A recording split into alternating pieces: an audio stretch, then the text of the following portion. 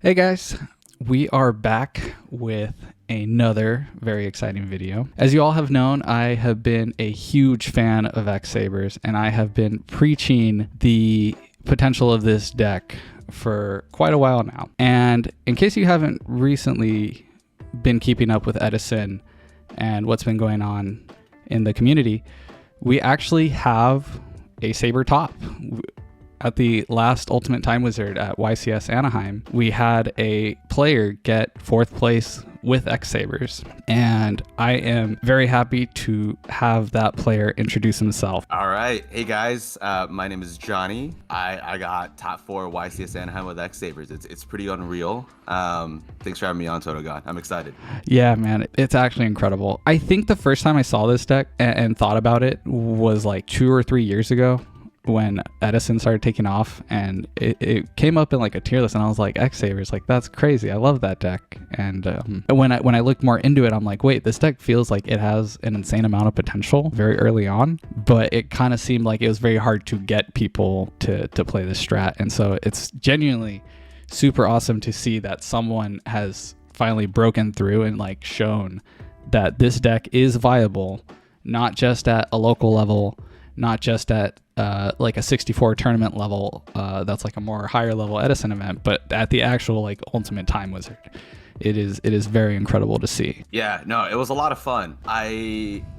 So I guess a little about me. I was born and raised in Chicago, and Edison Yu-Gi-Oh was my very first competitive TCG format game ever.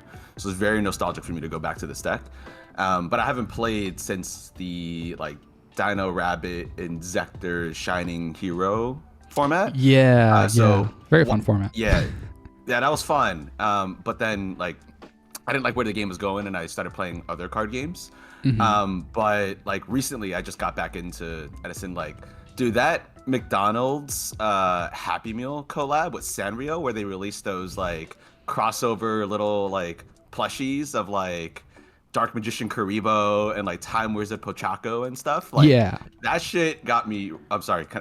Is cursing okay? I can keep it clean.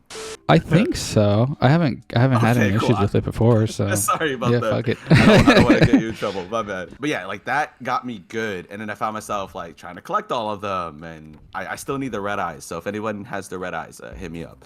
But I just started thinking about Yu-Gi-Oh a ton, and Edison's really big in Chicago. Like, shout out to the boys in Chicago. Like, they have a 60-person monthly, like, consistently. And one of my buddies from university, Sack Phase, he was like a big part of like why I started watching a bunch of stuff on YouTube, and then that led to like your channel and a bunch of other people, and I was watching a ton online. So then I heard about Anaheim, and I was like, oh, this would be cool. And so Anaheim was my first event back. I haven't been playing in locals or anything. And most of my knowledge of like the deck and how it's played in quote unquote modern Edison is like from you, TotoGod, from a bunch of other players, like Alex Chen from Chicago. I got a lot of really good stuff from him. There was the I forget his name. I feel really bad, but the homie in France at YCS Leo who got top 8 just a few months ago. His list was awesome. Like, there's a ton of people that have contributed a lot. So like me topping with this deck is definitely an amalgamation of everyone's contributions in the community. So this is a win for us, not just any one person. But yeah, I'm excited to get into it. Yeah, very humble, man. I appreciate that. It's like really kind words. Yeah, I genuinely just love x-sabers, and I feel like it does feel like there's been this growth in the development of the deck with like just things getting kind of standardized. At least in my opinion, I feel like we're getting to that point where like the core set of cards that we probably wouldn't really want to touch is getting there. But yeah, let's go ahead and dive on in here, guys. So showcasing the topping list here. Definitely a very interesting build. It definitely has a lot of decks that I've tried. And really quick here, why don't you go ahead and give me a quick tournament report? How did you do at Ultimate Time Wizard League? Yeah. So the event had 309 players, I believe. It was 9 rounds of Swiss and to cut the top 8, which is brutal, by the way. Yeah, it's unreal. It should have probably been top 16, I think. Yeah. There's a pretty decent argument for 32 as well, but Yeah. formats are a different conversation. So yeah, 9 rounds of Swiss and to cut the top 8, and then top 8 was single elim as usual. Yeah, so round 1, I played against Frog Monarchs. Vince was a really nice dude. I lost the die roll, and I went 2-1, lost game 1, and then won the next 2 games. He was also new like me, so we were both really nervous, and that was cool. We were kind of misplaying a little, but it helped remind me that a lot of players that are playing Edison are just like me and like Vince, like just getting in for the first time. So I definitely want to encourage y'all that are kind of on the fence about going to an event or like are not sure because you might not be like that good or what. Just come out. People want to play and have a good time, and a lot of people are willing to teach. Yeah, that was cool. Vince was a really nice guy. Yeah, I feel it's really cool to hear that, especially like in your case, right? That you got into Edison because of that McDonald's collab thing, and that was earlier this year, right? It was literally it was like summer into fall. Yeah, so it's awesome that this space has that ability for people to come into the format and pick up the game and actually top an event within like a couple months of actually getting into the game. I think that's super sick. And it's also awesome to hear that people still are just now getting into Edison and like playing in the Ultimate Time Wizard event, being that new. It's kind of easy to get in. We're not getting new players, but I don't feel like that's the reality, just because of how fun this format is and how people can just kind of dive in and out like that. It's really awesome to hear. I was going to ask really quick in regards to Frog Monarchs, like how do you feel about that matchup? Yeah, I think the matchup is generally favorable against Sabers. Going into a Sabers. Sabers likes, in my opinion, I found the most success with decks that don't play back row, because that means we can just kind of go in. Especially with the more like combo turbo version of the deck, that kind of like what we're looking at here, where it's like very spell heavy. You have a ton of ways to get monk out or cat out, things like that. The biggest thing that we're afraid of is going into a back row that would interrupt the combo, I think. So I feel like the matchup is pretty good. Saber Hole's also really good against Monarchs. Like you just stop the summon, right? Like you don't get any value out of that. Yeah. The challenge is trying to get over the frogs. So that's why I run Galahad. I do think it's really important to have something that gets over frogs, but also Sirocco and other things that are just big. That's also why the Cyber Dragons are in the side. Obviously, it's there for Machina and machines, but those came in for this match because it helped me just get over 2K beat sticks. Yeah. Compulse and things like that also prevents the dupe block. Obviously, triple book helps with that as well. So I think the matchup is pretty good. I did lose game 1 because he went 1-for-1 into Substitute, and even though he misplayed, it didn't matter because like he just goofed and he tried to Goyo my Fultrol, and I told him like, hey, you can't do that, but it didn't matter because he just had the nuts, right? Yeah. But then game 2, I started a Cyber Dragon, and at one point I tributed my Ember's Blade to summon Cyber Dragon to run over his like what I expected was a set 2K frog, and it was, and that got me enough tempo to play it out from there. So I do think it's favorable, but I don't have a ton of RL experience, so that's just my take. Yeah, that's kind of been the same convention that I've been going with, that it's generally pretty favorable. I found it to be kind of like tech dependent. I think depending on how like your first 40 cards are and what you have in the side definitely influences that matchup, because there were builds similar to this where prior I would feel a lot more confident going into Frog Monarchs, but then going back to like the list that I was running up to most recently, I was losing a lot more to Monarchs. And then it's kind of weird because I had this weird dichotomy, or I don't even know how to describe it, but essentially what was happening was back then with the previous iterations of my decks, the x-saber deck, I was having a hard time against Black Wings, and Frog Monarch was free. But then with the current iteration I was playing, I was finding Black Wings were actually really free, and then the Frog Monarchs were becoming a problem. So it kind of felt like it really depends on like how you're going to set out your first 40 and how you're addressing the problem of those two decks in the side. So it's very fascinating. But yeah, I'm always curious to like what are other Saber players' thoughts on the Frog Monarch, because it's what you said in retrospect. That's the same thing that I was thinking, that it's a favorable matchup because they don't play back row, but then they do things like stick Fossil Dyna or Vanity's Fiend, and you're just kind of like, oh, this is really frustrating now. I can't play. So that's always cool to hear. I love that you brought up the impact of the main 40 on game 1, because that was a really big theme, I think, in this tournament, and it's something I feel like strongly about when it comes to specific choices of cards in this deck, and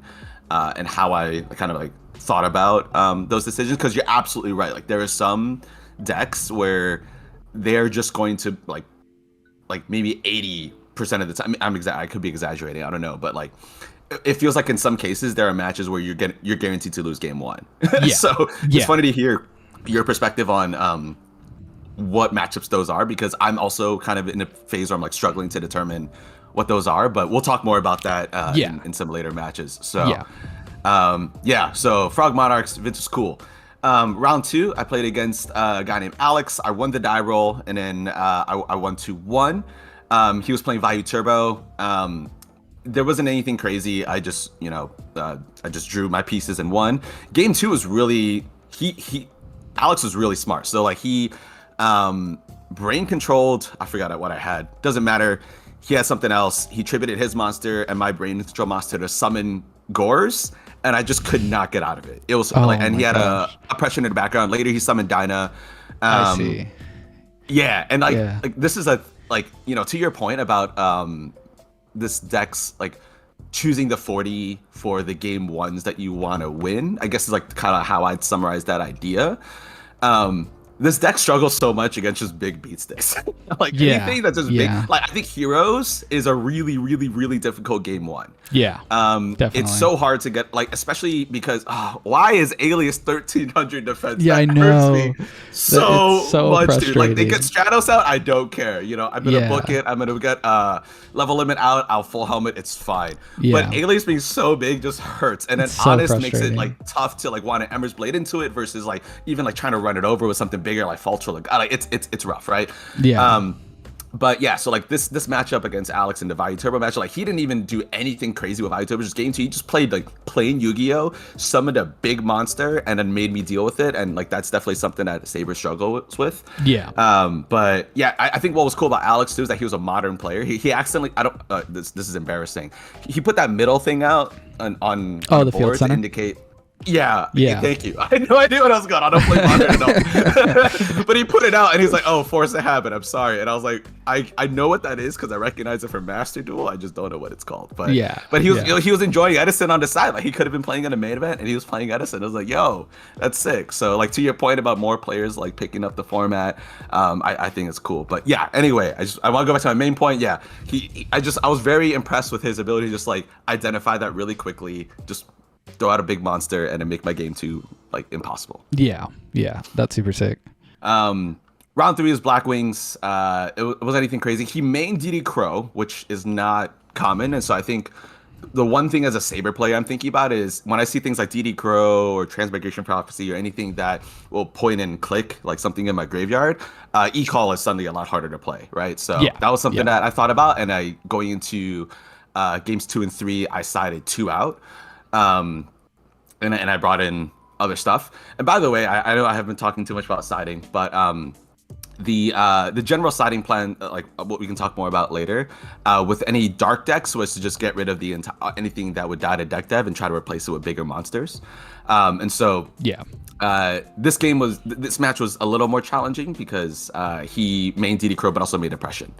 But game, double full troll is pretty good, so when you can get around that with trap stun, it is what it is. Exactly, yeah. Black Wings are frustrating in that regard with Flood, and then the fact that DD Crow on top of that is a lot more frustrating. Even with those tools, if you just find your spell trap, negate, or stun with double Faltron, it's just wraps. DD Crow doesn't beat that. None of their back row beats that. Yeah, exactly. I feel like the one thing that can be like a nuisance if you can find the proper point to shotgun it or shoot it is the Herald of Orange Light. I think that's the one way that you can backbreak a Saber deck. Like, that's great, in my opinion, because it's like not everyone can play that card. So thank goodness. Oh, dude, that's so true. I was just talking to a fairy player yesterday, and in my area, and he was asking like, should I keep Orange Light in or side it out against Sabers? I'm like, you 100% keep that in. Yeah, like, that's so good. It's like your one point of interaction that we have to play around that so delicately. None of us can afford to play Divine Wrath or anything because we need the cards, So yeah. Round 4 is pretty straightforward. I play against a guy named Saul. I won the die roll and I 2-0'd him. He wasn't bad. It was just I just sacked the shit out of him. It was like, he's open nuts and they don't draw anything. I think the only thing to call out here is I did Saber Hole his gear frame multiple times, and that just that was super fast. Round 5 was against Value Turbo. This was against Ernie, who I believe won YCS Richmond. I had no idea at the time. I was talking to one of my other buddies and I was like, yo, you just played against Ernie. Ernie's a gamer. And I was like, he was really nice. I didn't know anything about him. I wish I remembered more about this match, but he was extremely courteous, super, super nice. But he was definitely one of the stronger players played against in prioritizing oppression and kind of playing around my combo pieces. So really, really smart dude. Round 6 was Hero Frogs. Played against a guy named Angel. I won the die roll, and this was another fast 2-0. I just opened nuts and OTK'd him twice. There's not a lot to say. And that's kind of just, this deck gets what I like to call the Lightsworn experience hands sometimes. Where you're not losing. You just open the grip and you're just like, I'm sorry, man. You're losing your whole hand or you're getting OTK'd. There's just nothing you can do about it. I'm sorry.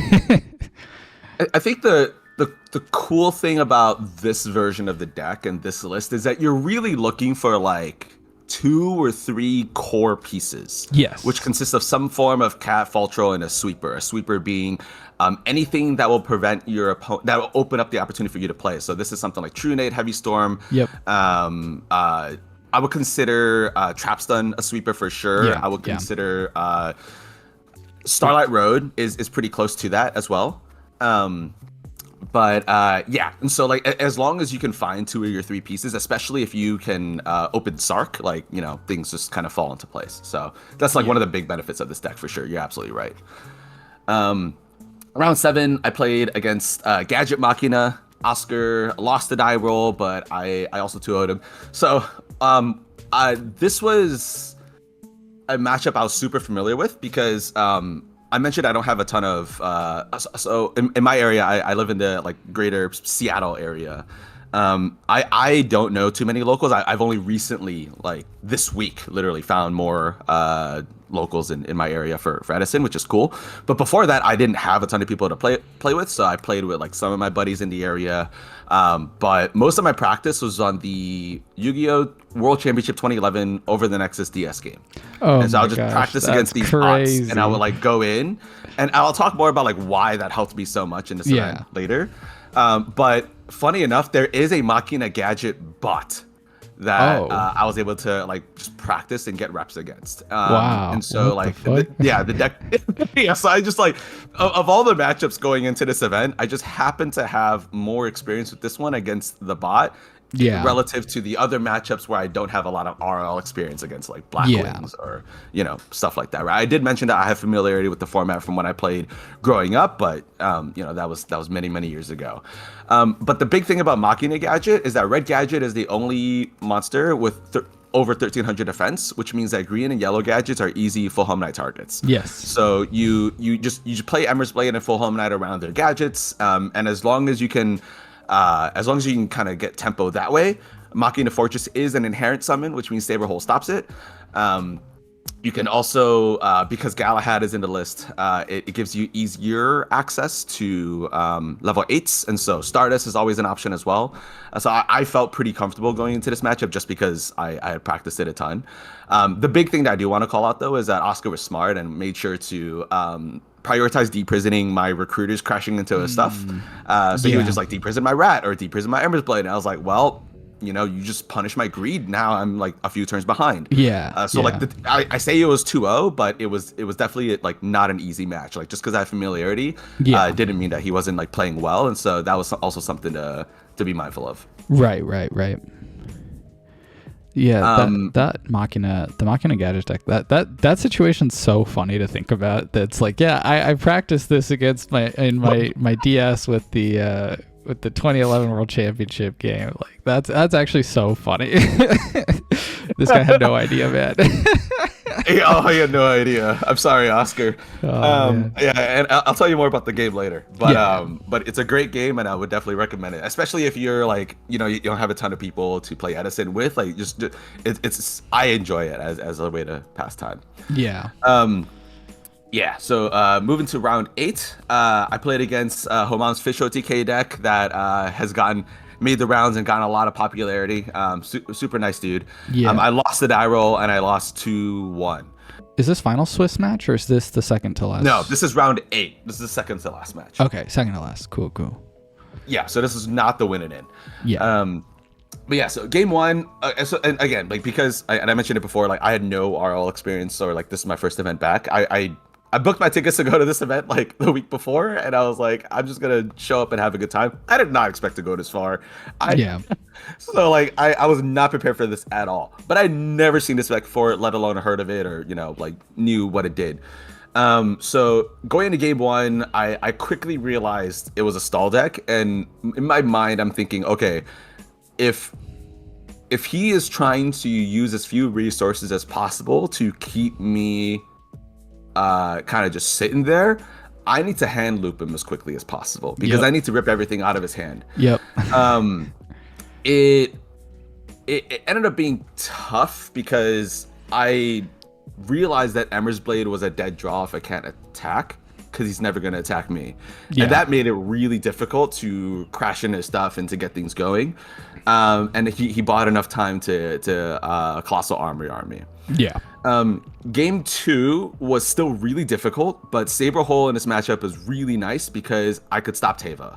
And Teva is the level 5 monster that on summon has a threatening roar ability. Yeah. So Saber Hole there was really useful because it prevented him from getting that turn, like, the next turn stalled, and he would have to commit more resources to it.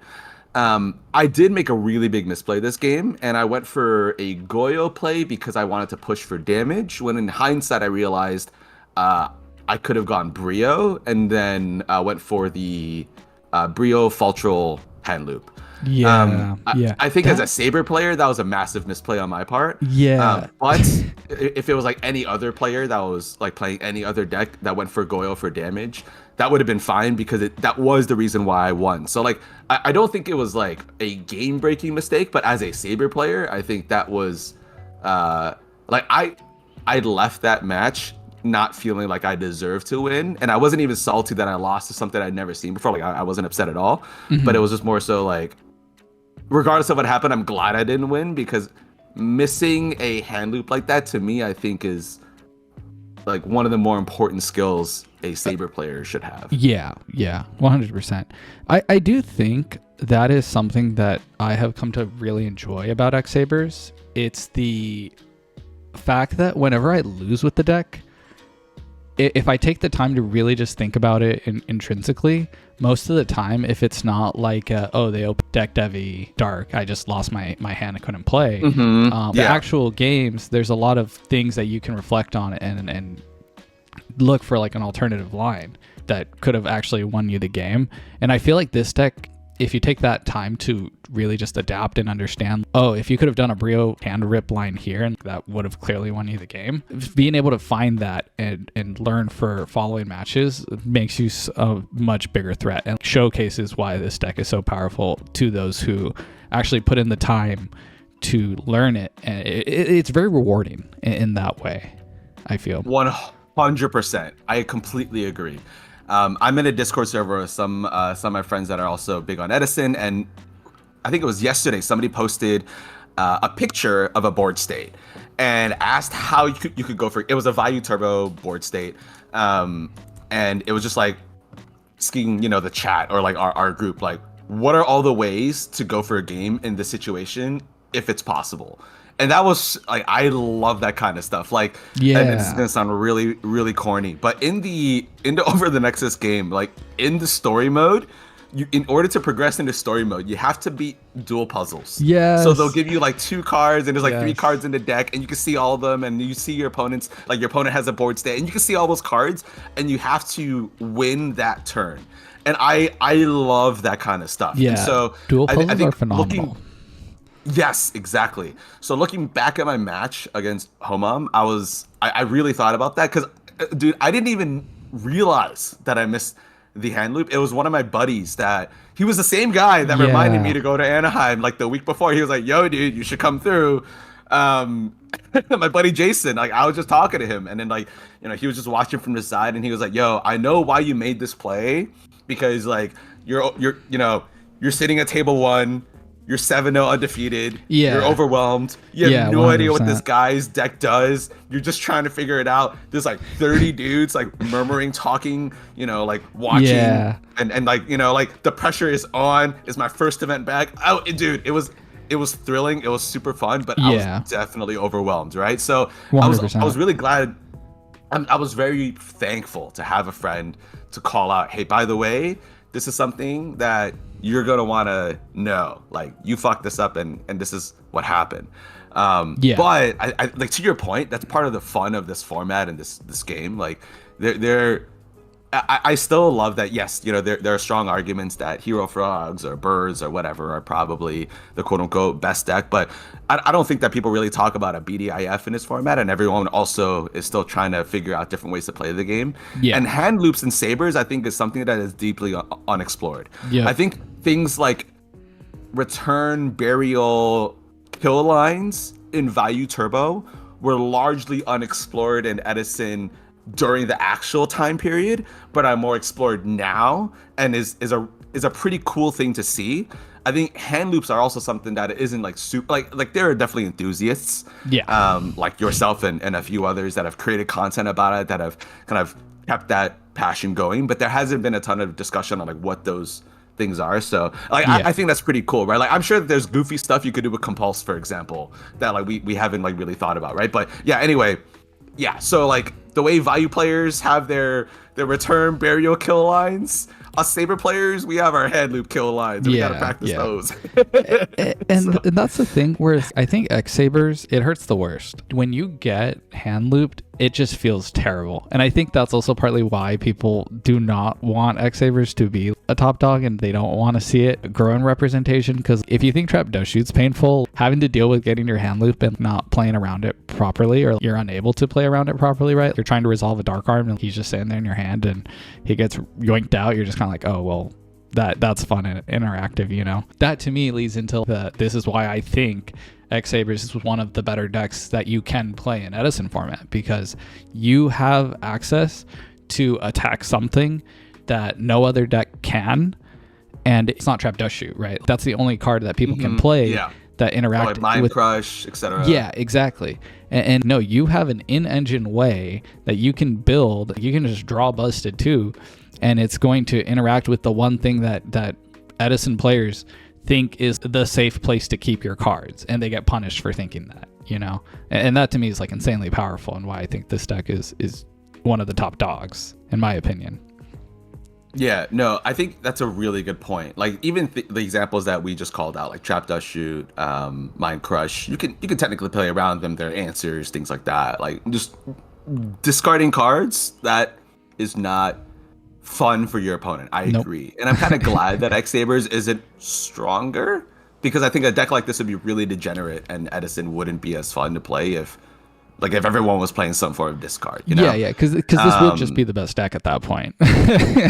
So I'm actually kind of like glad almost that there's more nuance to it, and like there's the more like combo heavy side of things. So I'm totally with you. There was something else we were talking about that I'm trying to recall that I wanted to comment on. Oh, the Brio combo line. Those Brio combo lines are so freaking hard to do and weave through. I remember James Wright was the first person that showed me that, and I'm like, wait, you can loop with Brio, like that's crazy.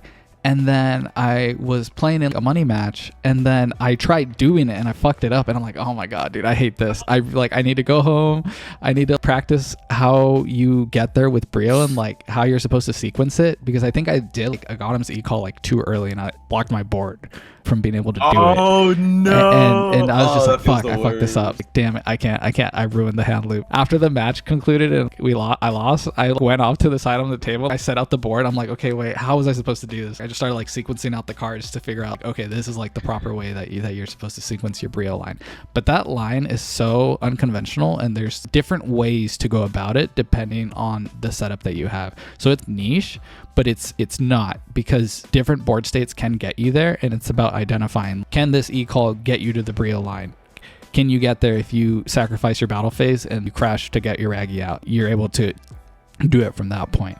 It is very hidden. It is very hard to find, but that is also one of those like really rewarding when you find it and you resolve it. It's incredible. It's like this, you feel like a higher caliber player for solving that puzzle. Yes, exactly.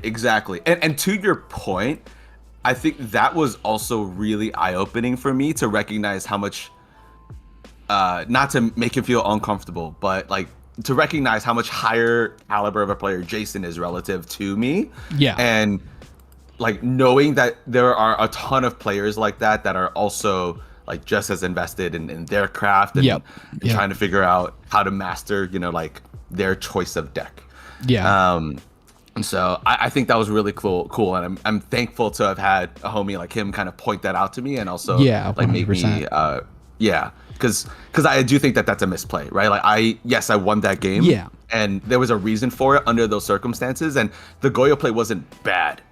Like objectively, it was not bad. I won the game as a result, going into a matchup that was difficult. But like this is something that like I had the same thought as you, dude. Like as soon as I realized like what it was, I in my mind just started replaying it. Like, okay, next time, how do I make that happen? Resequencing. yeah, exactly. So fun.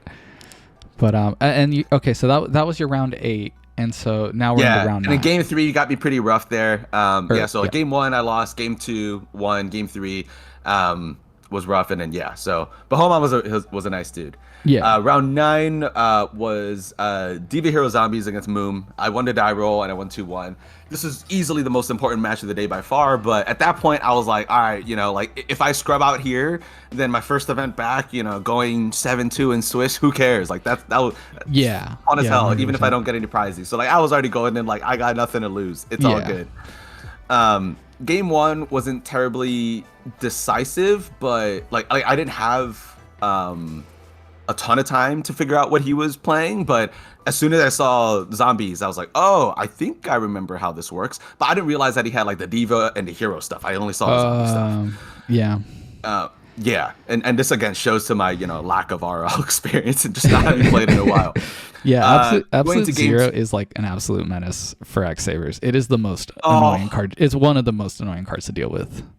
I hate playing against heroes. Game 2, Moon went Stratos into Mali, built a ton of momentum, even though I opened Goldsark, and I do want to call that out about this list and something that came up a ton. Goldsark is such an interesting card. I think that there's a ton of value in running it primarily because of Monk, but especially when you go second and you open this card, it feels really rough. But I do think that there are games are still winnable if you open Goldstar second. Like I'm not saying that they're unwinnable, but that was an example there where like Stratos into Mali into like he's got so much momentum there where like I'm playing -1 for 2 turns. So like that's something that's definitely a boon or a bane. A bane? Yeah, a bane. Game 3 was really, really close, but this game was insane. So he had Future Fusion, Pyramid Turtle, Zombie Master, and Caius on the field. I synced into Stardust, and then I swung into Moom's board with my Stardust. I had a Fault Troll, and then I went into Gothams to rip his hand with like 2 floating air bellums. And so like his board is empty. He has a Future Fusion there that's about to bring out an Absolute Zero, and my board is Gotham Stardust, and I have a set Compulse. And thank goodness I had my set Compulse that I sided in, because the Zero came out. He attacked into Gotham's. I bounced it. I started like, dude. Oh my goodness. And then I topped that Kaiku, and it was over. Unfortunately for Moon, like he did have it out if he drew something like Diva or Miracle Fusion, because he did have Mizuki in the grave. He did have Zombie Master, so he had options. Yeah, I don't think he had Plague at that point. But top decking Haiku really messed him up, and then he drew into his second Mally, and so like I felt kind of bad for him because like he just got Yu-Gi-Oh'd by his own deck. But yeah, you know that was a super tense and kind of exciting moment for me, and yeah, so that was Swiss and qualifying the top. So I finished 5th in Swiss. 5th in Swiss. Yeah. That's so crazy, dude. Oh my gosh, you love to hear it, man. No, and then that zombie opening malicious experience, I've experienced that so much with Diva Hero, and it is the absolute classic. You're in this situation where you're like, I need to draw a backbreaker right now, then it's just malicious, and you're like, I hate this deck. Why do I play this? Why do I do this to myself? He could, if he topped like a Miracle Fusion or something, like he would have had like it's a very different game. Yeah. But super nice dude. And so going into top 8, which was on day 2, my top 8 match was against Swagger. I won the die roll. He was playing Black Wings, and I went 2-1. This was a very tense match. Swagger is a very good player, and I could not think about. He forced me to think about the game differently, and my plays, which I appreciated. Game 1, I just summoned Airbellum and I just kept swinging, and I was just able to build advantage that way, and that was it wasn't enough for him to do anything. Game 2, he choked me out really fast. He opened Whirlwind and he just made all the right plays. He was really smart not to sink early, because it just left him options based on what I was gonna do. Yeah. But I think what made Game 2 interesting was I began to recognize the points he was thinking about responding to, like summons or attacks or things like that. And I'm thinking about what's optimal from the Saber perspective and whether or not I would want to stop that as my opponent. And I think the time that he spent more time thinking began to make me realize that he, even though he had like some familiarity with the deck, it made me realize what some of his back row were in terms of like actual back row and in what was a bluff, right? So like like because he would, and maybe there isn't a good way to say this, I think he was trying to mind game me too much, and then it made me recognize, oh, that's nothing, and I could just play into it. Like he did it so often that you could figure out like the tell that it's like, oh, this is a bluff think and this is like a real think now. Yeah. Exactly. Because I in my mind I was like, oh, if I am trying to stop the Saber player entirely for the lowest cost, I know where the combo should be stopped, and that's where I would think the hardest. Yeah. Logically, right? I wouldn't think harder on a decision that maybe is like less impactful. And so like little things like that made it easier to kind of like suss out. But I still lost that game too. At one point, he mind controlled my Fulham Knight and tried to make Armor Master, and he realized he couldn't summon it because Armor Master requires a Blackwing tuner. Yeah. I didn't catch that detail. I'm sitting there like sleep deprived at my first top 8. Like I'm just there to have fun, man. Like I'm that meme of like just happy to be there, dude. Like I'm just there smiling. Like I'm the dude like chugging the champagne in like 2nd or 3rd place, and that like a meme picture of the 3 dudes. Like I didn't care, man. But I mean I cared. Yeah. But I didn't expect him to cheat me, and he caught it. So he took it back and synced for something else. And I appreciated that about him. Like he was honest, he was real. And you know, like he stopped himself like as soon as he summoned it and was like, wait a second, I can't do this. And he summoned something else. And so I just want to give a shout out to Swagger for just being honest and not cheating me, you know? Yeah. So thank you for that. Game 3 was really tense. It was like we each had 3 or 4 cards, and I talk more about it in detail on my deck profile on Stack Phases channel. But Arcanite in attack mode won me that game for sure.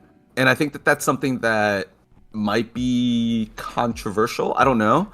I think most players will typically summon Arcanite in defense mode. I remember hearing about this. He was saying he attacked me repeatedly with Arcanite. So, what the fuck? I think that the issue with Arcanite in Sabers is that if you are playing in a neutral game state or in an advantaged game state on Sabers, you are moving pieces around on your board a lot, and losing one monster slot actually really bottlenecks. It hurts. Yeah, he clogs your field, which is really weird to think about. Yeah, and so I think that you want Arcanite to die. Yes. It is sure a food. And so specifically in my matchup against Swagger, this was a dangerous play. Like I think that if he top decks Shura, like that hurts me a lot. He goes into Catastor. Catastor's good against every monster in my deck. Suddenly I'm having a really bad time. Yeah. The other thought is he top decks any other monster and it's a lot more manageable, right? Blizzard, a little more manageable. Kind of sucks, you know. Bora is a lot more manageable, stuff like that. Like it's fine if I just take damage. But yeah, I think ultimately the big thing is unclogging the board in a state where like I don't want to prevent myself from being able to go off on him if I draw something that will allow me to play to my advantage. When we both have like 3 or 4 cards, like it's like really tense, and like we need to take every advantage we can get, right? Yeah. Like at that point, I wasn't trying to play safe; I was trying to play to win.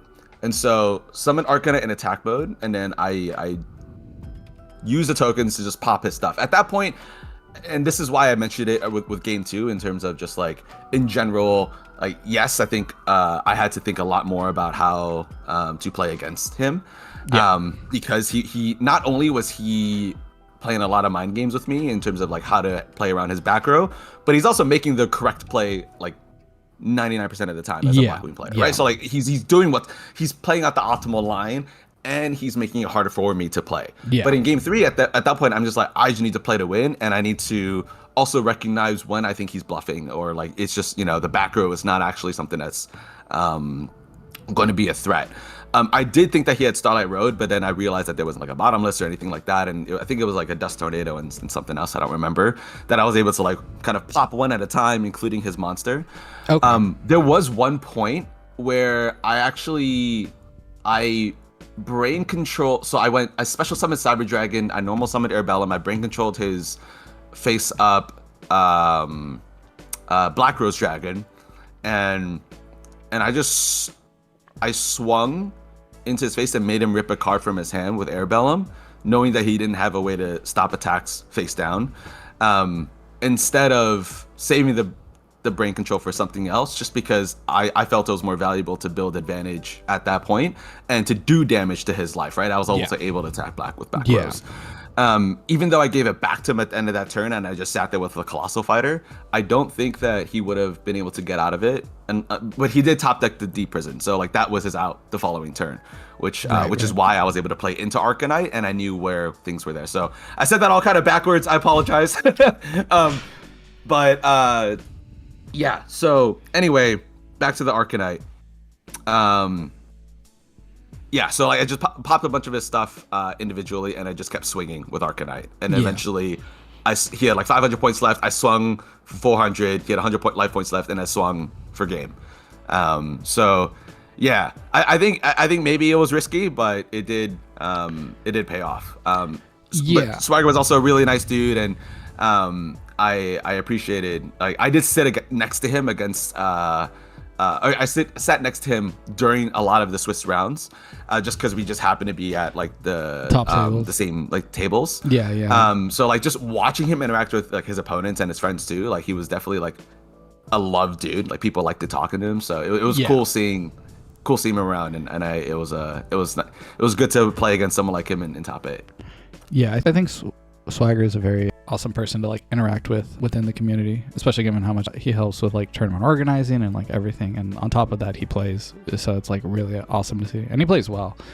Yeah, I think that's something that goes into that Arcanite situation goes into more of just understanding a win condition, right? Because at that point where it's, you know, like, it sounds crazy to think about, right? It's like, oh, I have this Arcanite in attack and I'm going to attack to just try to get his life points low. If your opponent's at 3k life or 2k life, that has to be your correct play, especially if you're out of gas, because it is a line to winning the game under 4 to 5 turns. Granted, yeah, they're going to get a lot of potential top decks there, but those top decks, you kind of just got to put it on better have it, because what's the alternative, right? How are you going to win this game? Like, trying to refuel or trying to find cards to do another push in Sabers is fairly difficult, and you're trying to do a second push with that deck when you've already used a lot of gas and you're letting your opponent draw as well. So you're going to have to find all 3 pieces again while you're drawing 1 card a turn. And there's cards that can do it, like E-Call, but I don't think you should hedge your bets on trying to find the E-Call, and rather try to apply a pressure here, see if you can close out the game in 2 to 3 turns. And if they find Shura, I would argue Shura is the worst thing that can happen there. And if that's like the worst thing that can happen, you got to just play those odds and just start poking with them to reduce damage, and especially getting them under brain control range. If they haven't used brain controls, it's so integral, I feel. Yeah. Am I there to play around Shura? Am I there to win top 8? Exactly. So. Exactly. like you got to win. Yeah, and if I lose to Shura, you know, he gets Shura, so it is what it is. Going to top 4, this was also against Blackwings. I played against Bruce. Bruce won the entire event, and big shout-outs to him. Super good player. I lost the die roll, and I lost 0-2. Game 1 was over super quickly. He had an early oppression, and then he forced me to out the oppression, and then once I outed the oppression, he dropped dad, and I was like, all right. Yeah, that was one of those, you're losing today. I'm not, I couldn't even be mad, dude. See, that's how the first place guy will be playing. When you go up against him, and then you just know, oh, this guy's winning the whole tournament. I was a fool Bruce to think I was like going to play rock. in his. Yeah, he was super chill. He was just there to play Yu-Gi-Oh! I think he knew he was like, he could probably feel he was gonna win. You know? Yeah. No, I feel like you just get draws and you're just like, I'm not losing today. This is just unreal. Yeah, like oppression against a combo deck, forcing him to out it and then just dropping the dad. I was like, holy, it is so over. Oh, no. Game 2, I opened Sark, but then I drew into my 2 Arabellums, and then he had Banisher, and that's all I remember. Yeah, that's raps. Like, that was it. Yeah, and I was like, hey, you know what? It's a Arabellum. It is what it is, bro. But yeah. I do remember Bruce had this like Kanto like shirt, a sweat hoodie on. This crew neck sweater. It was like a Kanto themed, like collegiate looking hoodie. It was super. That man was dripped the fuck out. He looked so good with like a flat cap, the hoodie, the sneaks. Like, I was just impressed. Anyway, congrats to the whole thing. Yeah, no, he was balling. That's super sick. And then 3rd, 4th place, I played against Cairo, aka a true hero. Oh my gosh. Who was playing his spicy turbo list, value turbo, quote unquote. I don't even know what you call it. It's like chaos value turbo. Yeah. I lost the die roll, and I lost 0-2. Let's go ahead and dive into your list here, card by card. Yeah. Let me go through here and look, and then just kind of start bringing up the first things I see. Like, the first one that I actually did notice was the Giant Rat. Normally, I do like to play this at 2 to 3 copies, and I'm noticing you're playing it at 1. What was kind of like the decision between Giant Rat? I don't know if you've tried it at more copies and you were like, oh, I don't really like it, or what happened? Oh, running it at more copies feels great, actually. I love it because you get a really fast way to your pieces, and I think that is really important when you want to get 2 pieces out as quickly as possible, so that you can just summon Feltro as quickly as possible, as long as you have a sweeper. Which this particular version, like this quote unquote, like what I call like the turbo version of Sabers, with the monk, you know, and like really just fast ways to get the combo out. I think this version really prioritizes that. Yeah. I know you mentioned that you think that the Blackwing matchup is like pretty favorable for Sabers. It might be just like a player diff, and I'm just like learning the matchup, and I'm just not as familiar with it yet, because I definitely lack RL experience like severely. So it very much be a me thing. I struggle a lot against Blackwings, and like just, I think that there's that, but also knowing the popularity of birds in general made me lean away from like deck dev and like wanting to be mindful of that. And so that was always something that came to mind. It's like I know that people main deck dev now, and this deck kind of instantly loses to deck dev. Yeah. And the real way that it kind of stays alive is if you have a Saber on a field, you lose a bunch of your stuff, but then you can e-call them later. Yeah. And like that's okay. That never came up. Nope. But it never does. No, it really never does, right? But yeah. But in my mind, like if I get deck dev, I'll probably have lost by that point against these decks that have like pound for pound the cards I think are individually probably a little stronger when we're thinking about like the most popular versions of Value Turbo and Black Wings. And so I felt that cutting to 1 was worth it because Rat just gives you access like basically everything in the deck, which is the biggest boon of running it. And not having, you know, like quote unquote 4 copies of Ember's Blade, or, you know, like just extra copies of your cards, or like even a direct rated cat. Like that felt like almost foolish. I think Galahad is a very useful card, and I almost never search for it, but this card can win games on its own because it can establish a board. Yeah. And I think that one just really important thing about this deck is making sure that you can create room to establish a board.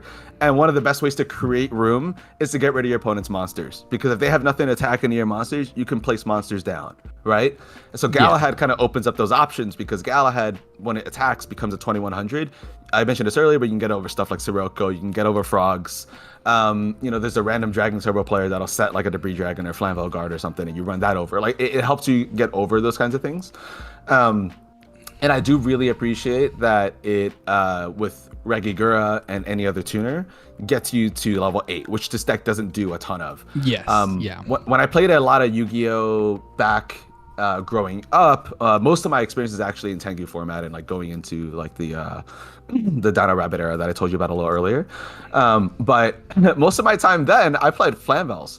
And I love just like going for 8 all the time. Yeah. Like, so in my mind, like that's something I'm like personally very familiar with. Yeah. This deck doesn't like 8s. Nope. You almost never go for Stardust or Colossal unless you just happen to rip a Stardust from Starlight Road. Yeah. But that was something that like as a play style was familiar to me individually. So that might be that your mileage may vary. But I do think Galahad has a lot of utility there in just terms of like getting over stuff, which I think is just really good.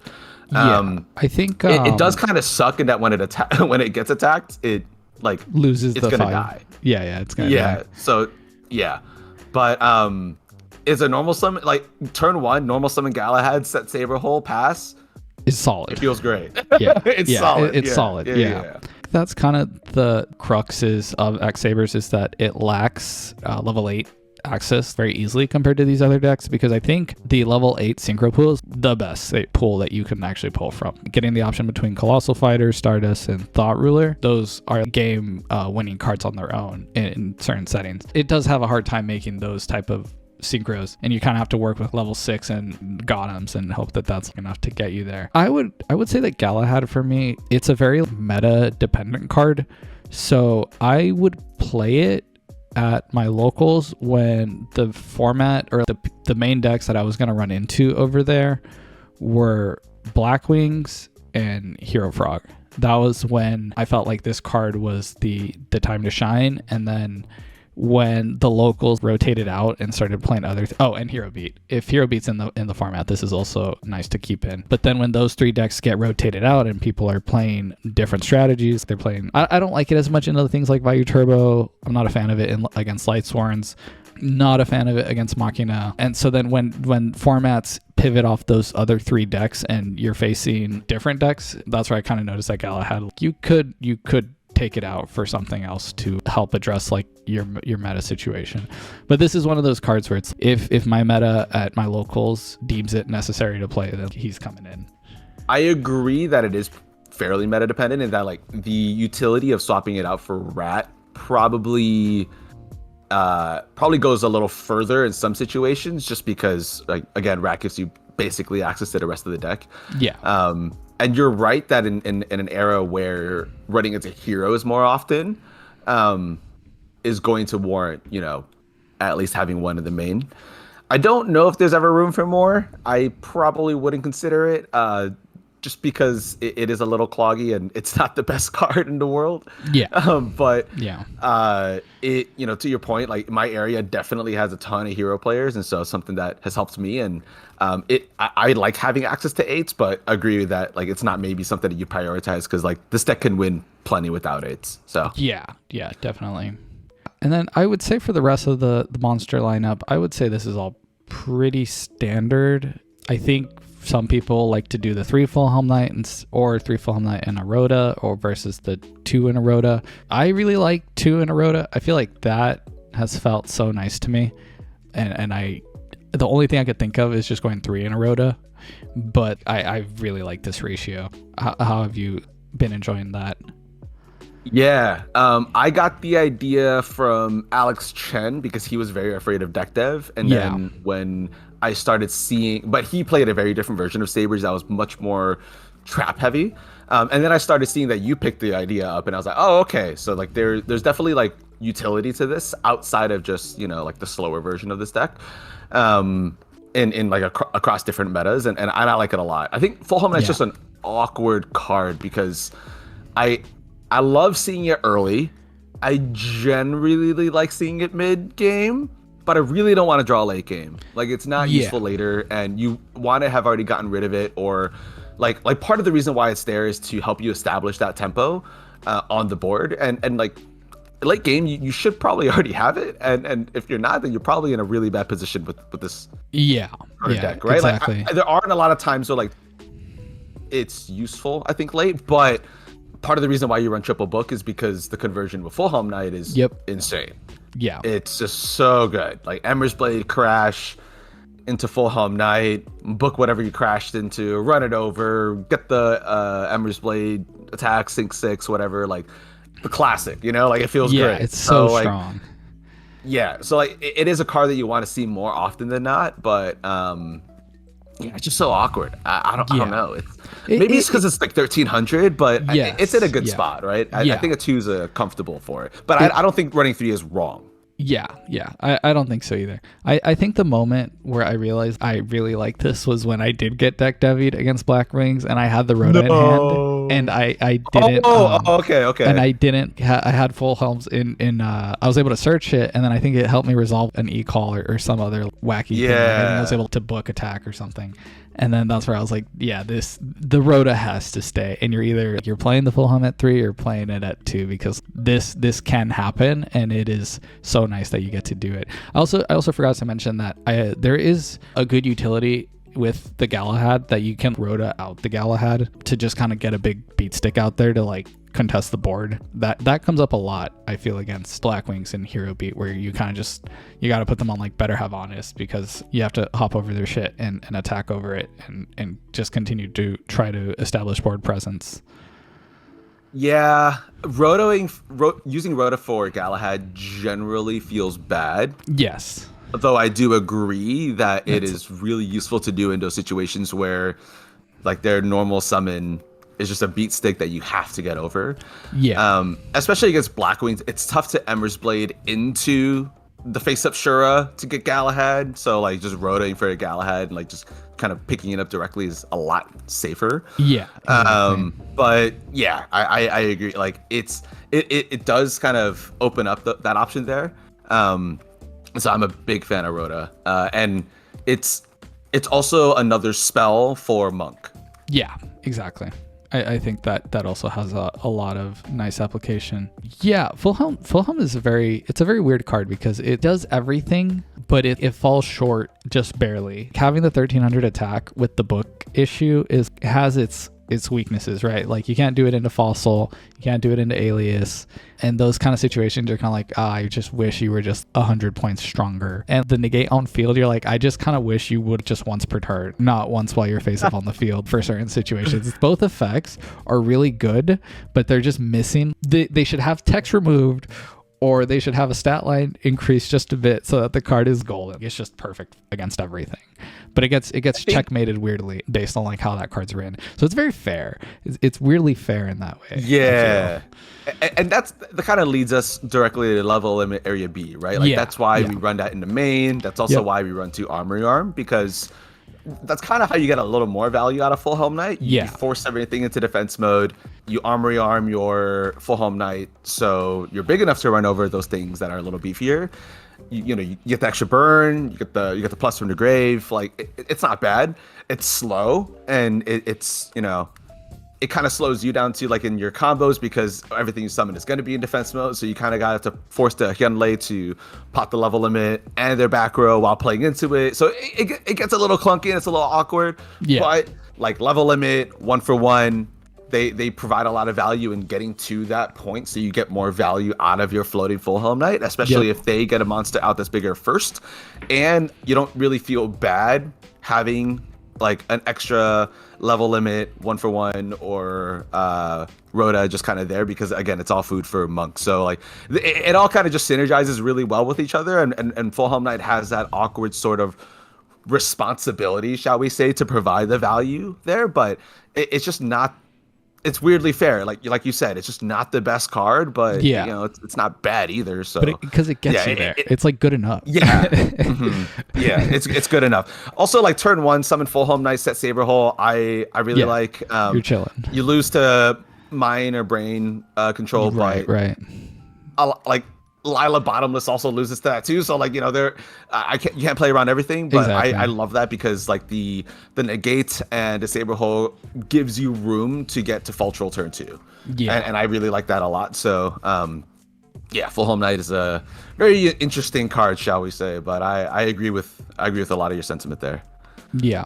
And I guess while we're talking about Saber Hole, we should probably just dive into the card, right? I think Saber Hole, I love Saber Hole. I used to run it 2 or 3 years ago back at my locals, and the reason why it got cut was because people started playing around it. They just kind of knew it, so it felt like this really good sleeper card where if you take it to a tournament and people aren't expecting a Saber Hole to be back there, it's so good. It's the best thing possible. That, and the format needs to be free of Values and the Miracle Fusion. Those 2 cards were the most frustrating thing against Saber Hole that I had. So it always felt, if I'm expecting there to be a lot of those at the tournament, I might stray away for something a bit more universally good against all the decks. But this card, we're in a format right now, I would argue, that Blackwings and Glads are running around with like trap stuns. And I feel this is kind of a format where like Saber Hole, if it's unsuspecting of people, you can just you can take games really, really nicely. And it's the one card where right now the list that I've been running has a really hard time against Glads.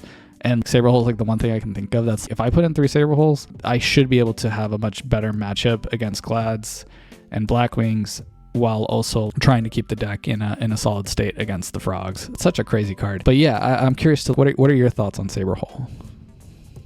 Yeah, I think the card definitely has like the potential to just win games for people that are walking into it and don't play around it, and it is also pretty straightforward to play around. Yeah. So to your point, that does make it challenging over time in terms of how do you manage that. Yeah. It's kind of like the way I think about that is, if if everyone knows the moment you play Whirlwind, or you see a Blackwing monster like that's revealed, you're immediately thinking, oh, okay, Icarus Attack and Deck Dev and all that, like all these cards immediately come to your mind that are specific to that list. Yes. You see a Treeborn Fog go to the grave, they set one down. Okay, what is it? Is it Wing Blast? Is it Raikeki Break? Is it MST? I have no idea. Is it just a Miracle Fusion? Like that's just a bait. I don't know. Right. So like it's just a card on the list. I'm just talking I'm out of my butt, but I think Saber Hole is another card on the list that people are now learning needs to come to mind when you see x-sabers. Yeah. And I think that you're absolutely correct that there are going to be matchups and play styles that will be favorable for or against Saber, like this kind of card, right? Yeah. If I know that there are a ton of Blackwing players at my locals, I'm probably gonna play more Starlight Road. Yeah, Stuff like exactly, that. exactly. And if I know that I'm gonna play against a lot of decks that like to normal summon and like don't know how to play around Saberhole because I'm like new to that area, or like, oh, it's like a lot of like less experienced players or whatever, then yeah, it's gonna do a lot better. Yeah. I think that one thing that's important about this deck is one thing that like the deck loses to just big beat stick on board because you can't run it over. And that's just like, to me, Yu-Gi-Oh! 101. It's like the classic, I summon my blue eyes and I attack you. Like literally like the fucking meme, right? And so like, I think basic Yu-Gi-Oh! Is I have monster, you don't have monster, so I'm going to attack. And like, that's why I like Saberhole, because it's something that enables that to happen. So then naturally the question then moves on to, oh, so then why Saberhole? Why not something like Bottomless or Compulse or other things that maybe like, or even like Trap Hole for that matter, that's like something that's a little more straightforward in removal that can do like Deep Prison, things like that. Right. And I think that one thing that's really unique about Saberhole is that angle of being spell speed 3. Yep. And that's something I find a lot of value in, where I already know that if they summon Stratos, I'm in a losing position immediately because they just get like a free +1. Their monster is bigger than my monsters without book or level limit, and it's going to be harder for me to get to a Faltro play if I can't get my monsters to stick, because he can keep running them over and he's got tempo from that, right? Whereas if I Saberhole the Stratos, then it's just gone, and then like you don't get that plus, and now I have room to attack into your board if I happen to draw an Airbellum that's like not the best card, because I would rather have them a deck for Cat. Saberhole does draw dead sometimes. Like that's like the elephant in the room with the card. Like if you don't have anything on the board, or if you have like a non-Saber on the board, let's say that you want to like sink into something and you have Saberhole in your hand or set, well, you have to probably consider sinking into a Saber monster, which kind of limits your options. And sometimes that's not the best. Sometimes it's okay. There are other times too where, and one of my buddies in Anaheim called this out in one of my, I believe it was one of my one of my games against a True Hero. If my Saberhole was something like a Mirror Force, I could have got tempo back and maybe picked up from there, but we both acknowledged like I was already in a losing position and it probably wouldn't have done too much better. I think I think that keeping monsters off the board is a higher priority for me than trying to stop them and like I want to get them off as quickly as possible. I don't want them to be able to do things with it. Bottomless, they still get priority. Deep Prison, they have to attack into it, or they could choose not to attack. Mirror Force, same thing. Fiendish Chain also came to mind because I know you really popularized the idea, and I am a big fan of it. Like I definitely made sure to pick up a few copies myself and dig them out of my piles too. Like when I saw that, because I think it's a great idea, and I really like the play style of leaning more into crashing your Ember's Blades and your Wrath and stuff to kind of like force value, but like stopping your opponent from doing things. I think the thought with Fiendish Chain for me, and just like the way I play the game, is I think that a lot of the best decks can convert their cards on the board even if it's up and can't do anything. If you Fiendish Chain like a Ashura, they can still use that to sink, and then now the chain is kind of sitting there taking up a spell trap card slot. Not necessarily a bad thing, because you can True Nate it and then go for a sweeper play and then set the Fiendish Chain, and now you're in a really good position.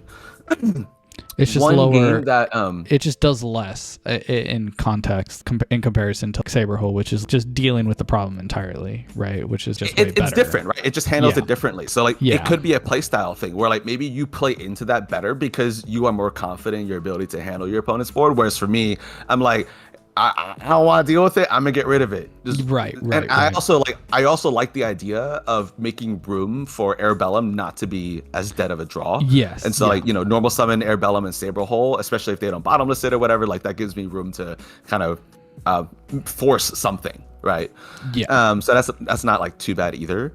So I'm still testing it though. I think that like I'm not like saying it's like the perfect card in this slot, because to your point, once you play around it and it's there, it's it's not that hard to play around.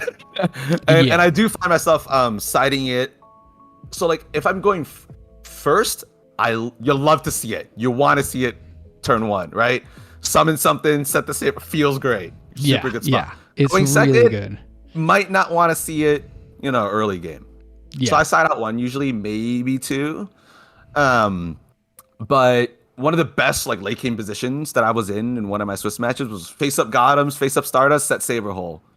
Try me. Like that just feels like you almost feel invincible at that point, right? Like so you're not losing. To your point too, I one more thing. Yeah.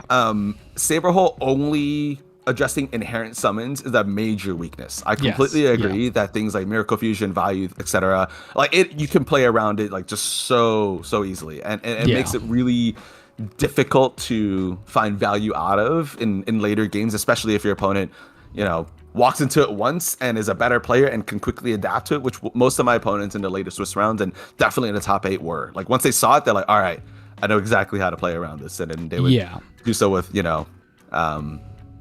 without having like thought about it going into the match unless they heard about it. So a lot of thoughts on the card, but it's a fun card to play, and I am experimenting with different quantities of it and different lists, but in the short term I'm keeping it in my main. I have a lot of push and pull with Saber Hole. I feel the same way. I think in this meta right now it feels a lot more preferable to play over something like Fiendish Chain. I'm not liking Fiendish Chain in this meta with the amount of Trapstun decks rolling around.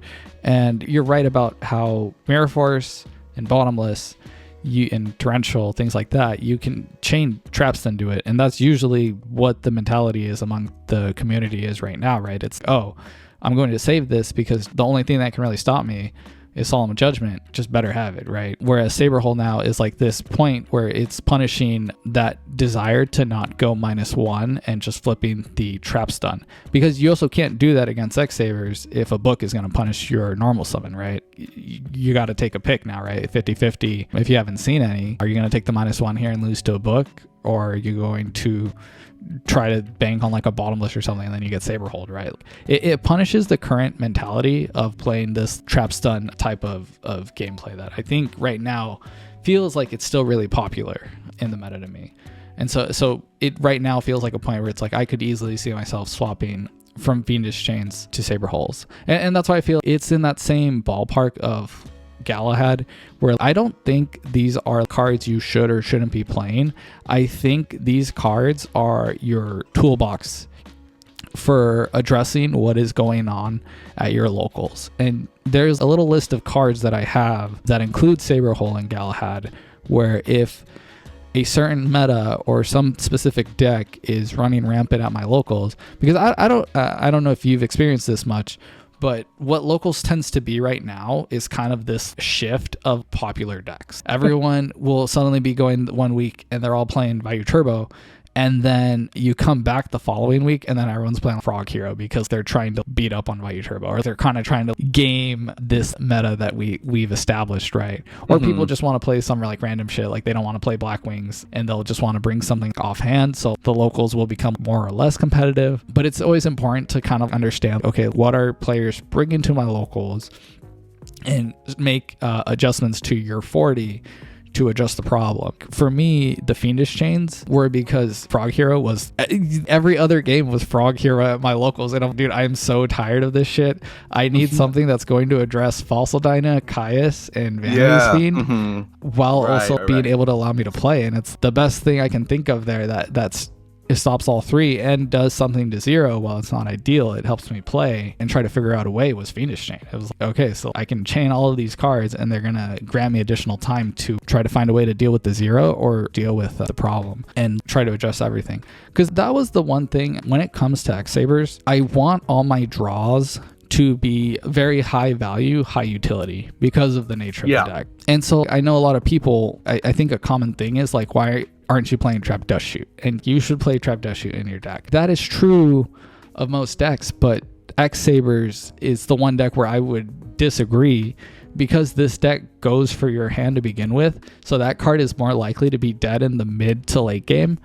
And X-Sabers is a deck that you don't you don't want dead draws in the mid to late game. Kind of like what you were pointing out. That was the thing that I noticed with Saber Hole, whereas if I get burned out and I need a higher quality draw, something like a Mirror Force can at least be reactive at that point, which was nicer to me. Or playing a Fiendish Chain, like it would help buy me more time. So I would get higher utility in the mid to late game, but it comes at the cost of you have a weaker card, right? You have something that is objectively doing less compared to Saber Hole, but what you're getting now is something that actually allows you to play against certain things, right? And I don't know if this is a bad thing or if this is a good thing, but there's no set of cards that are good against everything. And so we kind of have to pick and choose the 40, right, that we want to address and attack, and just kind of accept the fact that we have to take the L to certain matchups. Yeah, absolutely. I think you touched on a lot of really important points there, and it makes me kind of call back to, and I remember his name now, Felix from YCS Lille earlier this year, who got top 8 with his Saber list. He ran 0 Saber holes in the main, but 1 in the side. Yes. And I love that. I thought that was so cool because it like I said earlier, kind of making the analogy with Black Wings and Icarus, I think this is just now something that players are going to have to learn how to play around. Yes. And I think as Saber players, it is our responsibility now to learn how to get more value out of these cards and recognizing how players will play around it, right? Yeah, the way it's exactly. a Blackwing player's job to adapt to you playing around Icarus, it's going to be on us to find more value in how we play Saber Hole, recognizing that it does have value, and in my opinion, it helps directly contribute like towards your win condition. Kind of to your point earlier about individual cards like Dust Shoot, that like Dust Shoot is a good card, but is that going to get you one step closer to your win condition in how it contributes to, you know, what you're trying to do? Maybe not, right? Exactly. Exactly. So like something like Saber Hole to me does that because I want to have a monster face up. I'm trying to get rid of your monsters. I'm trying to stop you from getting any advantage with those monsters. I don't want you to do nothing with them. I'm going to make space to summon more monsters. And that did work out for me. But to your point, once people like know and play around it, and that's become more common knowledge, we have to find ways to still get value out of it. So maybe it is something that like in the future I'm siding, and then like I think about like siding this in instead of like pulling the rug or whatever. And that could be cool. And like maybe that's the future of Edison, but that's all like pretty exciting. So like it's really I'm having fun with the card, but like I'm trying to test out Fiendish Chain and a bunch of other stuff too. And I will be playing at RBT LA, so I don't know what what list I'll be playing or if I'll be playing this deck, but it is something I'm thinking about. Yeah, this is kind of how I came out with that at 1 with the sword and just playing it at 1, just because I was trying to find something that people don't expect, and it's a good gotcha card. Because when I first played Saber Hole at my locals, I feel like I went like first or second 2 or 3 times in a row, and then after that I started realizing that I wasn't winning as much, and then I was starting to see that they're booking my Saber before they summon, or they're removing the monster now before like they summon. And so then the Saber Hole's just kind of sitting back there, okay, this card is going to win you a lot, and then once people wise up to it, you're kind of like, man, they know my tricks. Like you can't sucker punch them, but it is such a good sucker punch. It is if nobody sees it coming, it is so fucking good. It is unreal how strong this card can be. If you are interested in buying this card, I think you made this card $40-$50 or something. That's so silly. Yeah, that is so silly. It only has 1 print. For anyone wondering like if you should go out and buy that card, it's really dependent on your meta. You just have to understand that like if you're taking this to something like a local thing, you're going to get a lot of wins out of it at first, and then you're going to slowly see a decline as your opponents start picking up on whether or not they have the ability to play around Saber Hole. But it's a card that I always just keep in my arsenal. I want to put in copies of Saber Hole right now. I haven't updated my list from what I was testing with the James Wright build. Well, after seeing your success and kind of just understanding where the meta is at now, I'd play like 1 to 2 copies in mine 100% at this point in time. Same with Trapstun. I feel like Trapstun is such an insane card right now. And the fact that we get to just play it at 1 to 3 copies, anywhere between, is so good for X-Sabers. How was Trapstun for you? I think that if I could run 2 in the main, I would. Yeah. It won me so many games in my Swiss rounds, especially because there were a few spicy players that were maining Oppression. also like just flipping trap stun, going into like a main phase, even like preemptively, can force your opponent to use cards, or it just like leaves room for you to go into like some kind of Hyunlei play, into Fall Troll or whatever. Like there's just a lot of, it's a sweeper, and it just creates so much space for you to do stuff. The other thing about trap stun is that Book of Moon is alive while trap stun, kind of disables everything else. Yes. So you have a lot of utility there still as well, with like Full Helm Knight getting kind of more value there to kind of force like a main phase 2 sort of sweeper play. But I think that this gives me the reassurance that I can play through deck dev. It gives me the reassurance that I can play through like a Bottomless or a Mirror Force or whatever. It makes room for cat plays. It's a great card. I worry about whether it's a fad or if this is kind of just where things are at. Like, are people going to move away from back row, or like if they're going to try to find different ways to play around this?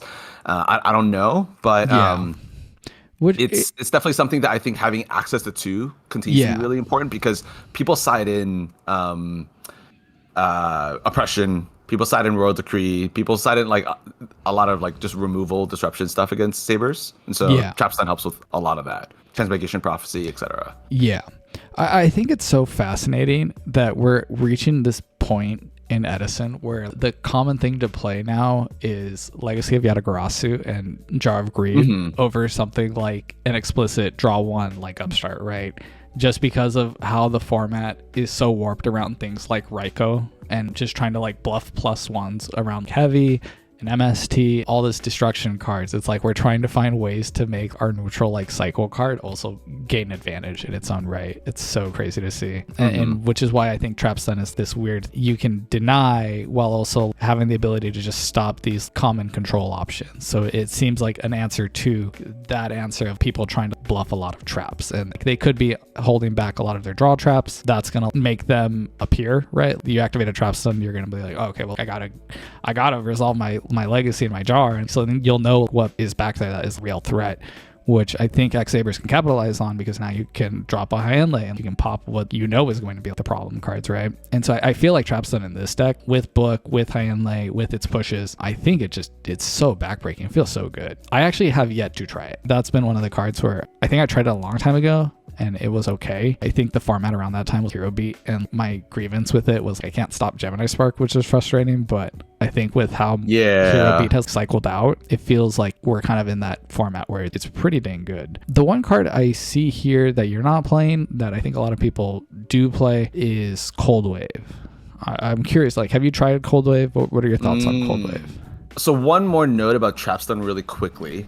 You're absolutely right. Like, especially against heroes, like it's rough because Spark gets through it. Yeah.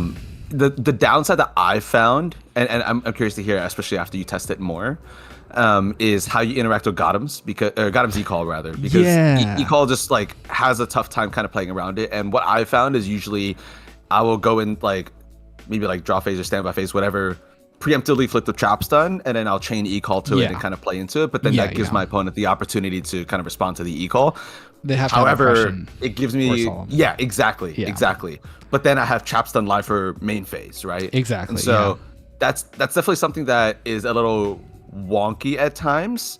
But I've also won games just making sure I have Trapstun up to like stop a return or whatever. So things like that. Yeah, I'm definitely curious to hear your thoughts when you get to that point. Yeah, definitely.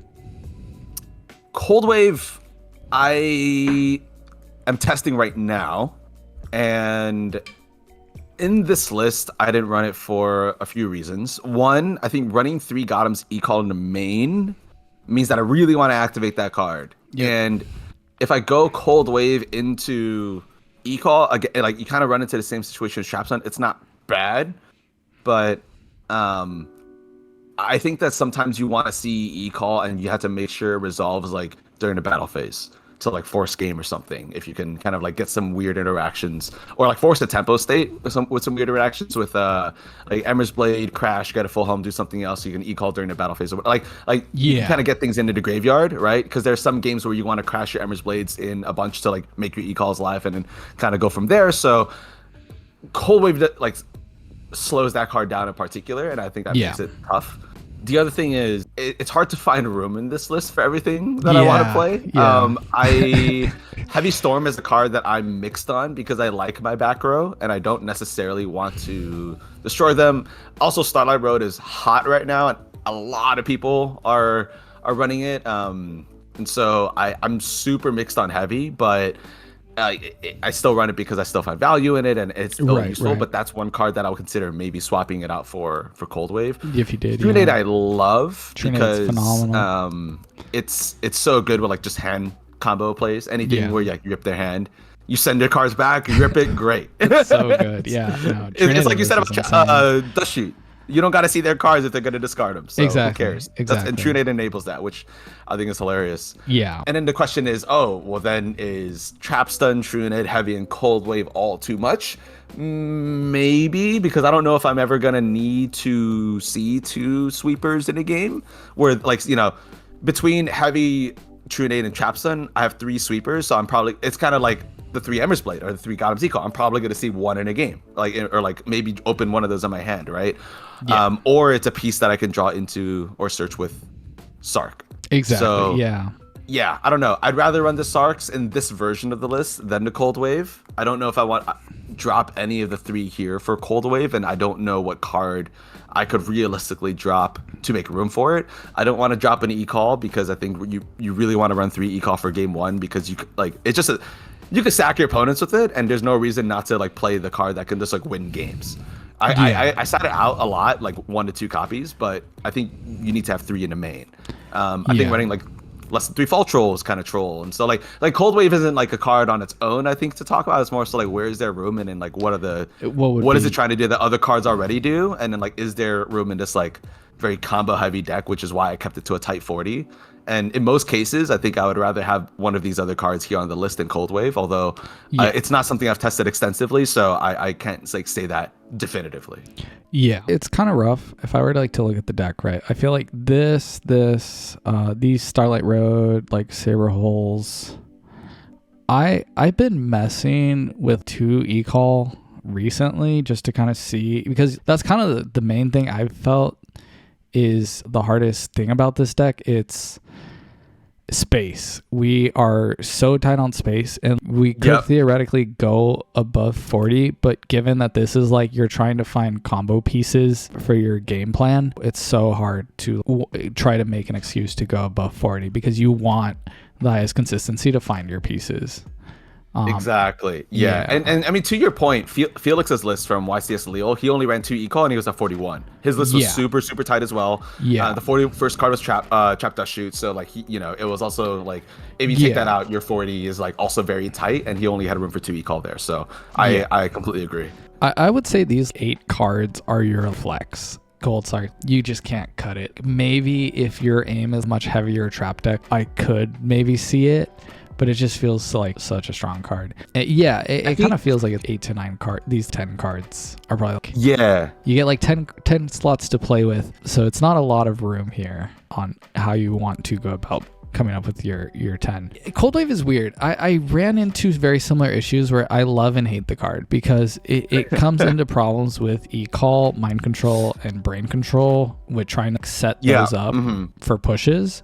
But the fact that it just denies your opponent from setting anything the following turn comes up a lot, where you could just get to punish them saving their traps, or if they draw something that can out, and it usually just leads to OTK. But yeah, the fact that it has to be start of main phase 1 and you're stunning out your own E-Calls and your own mind and brain make it way more restrictive than Trap Stun, which is why I really like Trap Stun. In what you were saying about you have to go like CL1 Trap Stun, CL2 Gothams, I really like that because it also stops the Gotham. Like CL2 summons on Gotham's emergency call is phenomenal.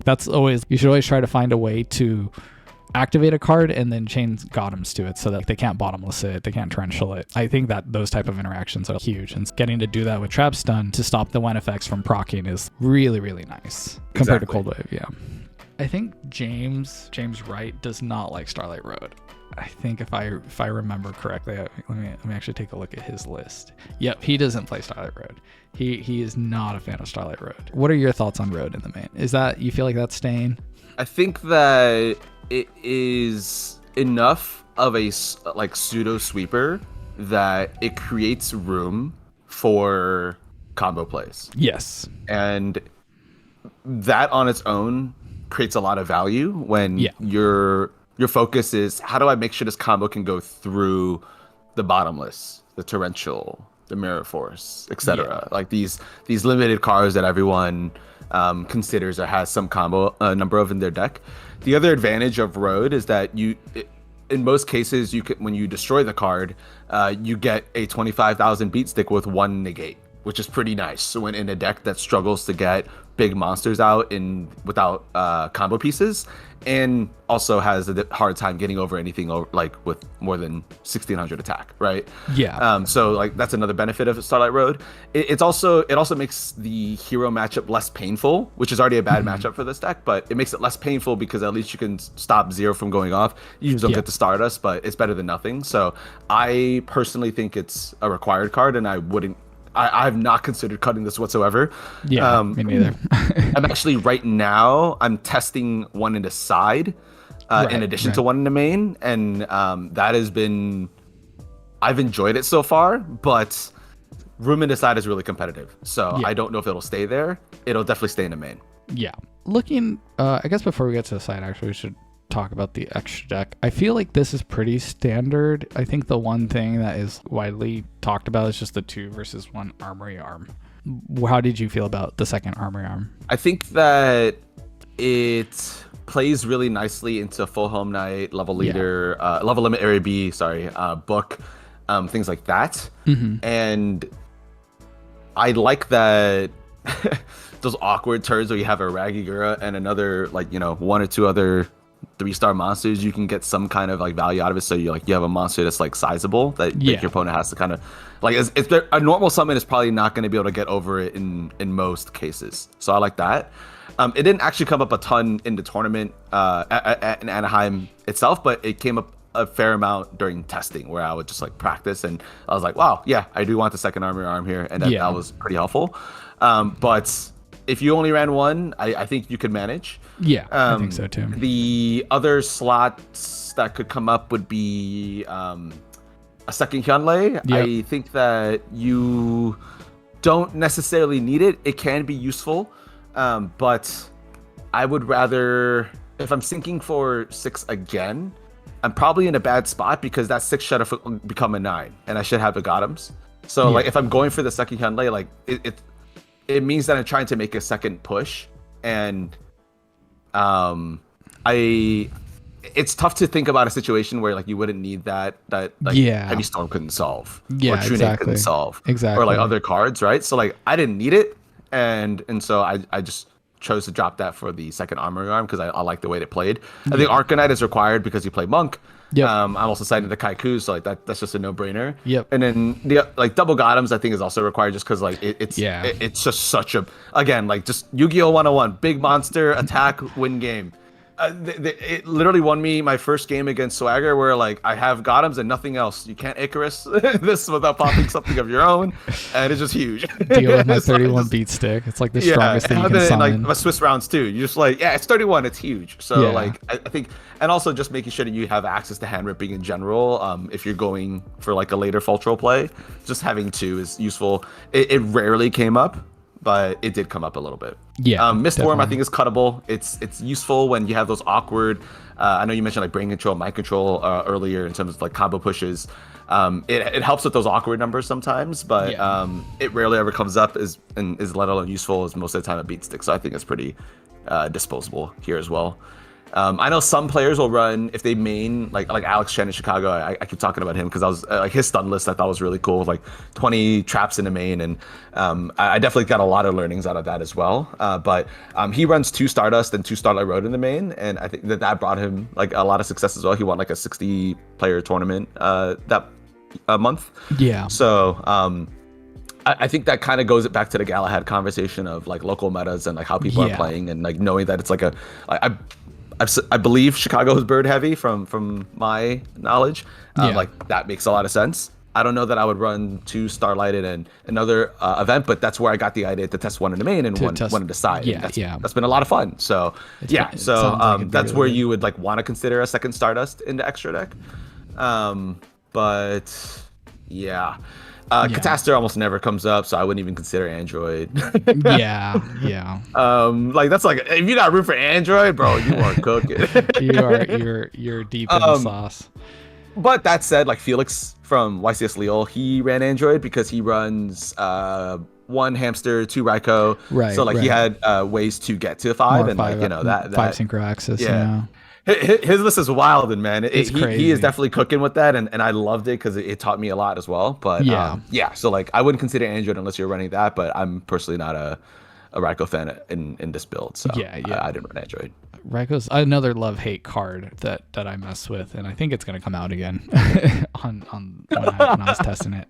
Quick note for players playing this deck, if you're checking this out, you can make this guy with 3 tuners. I get that a lot, where it's like I'll sync 3 Arbellums into Gothams, and people will be like, wait, how did you just use 3 tuners? I'm like, yep, he does not specify non-tuners. It just has to be 3 Earth monsters. So if you have 3 Arabellums or a combination of that with full Helm Knights on the field, you need to convert those into a big bungus. You have the free reign to do so. It's the one synchro monster that can do something like this.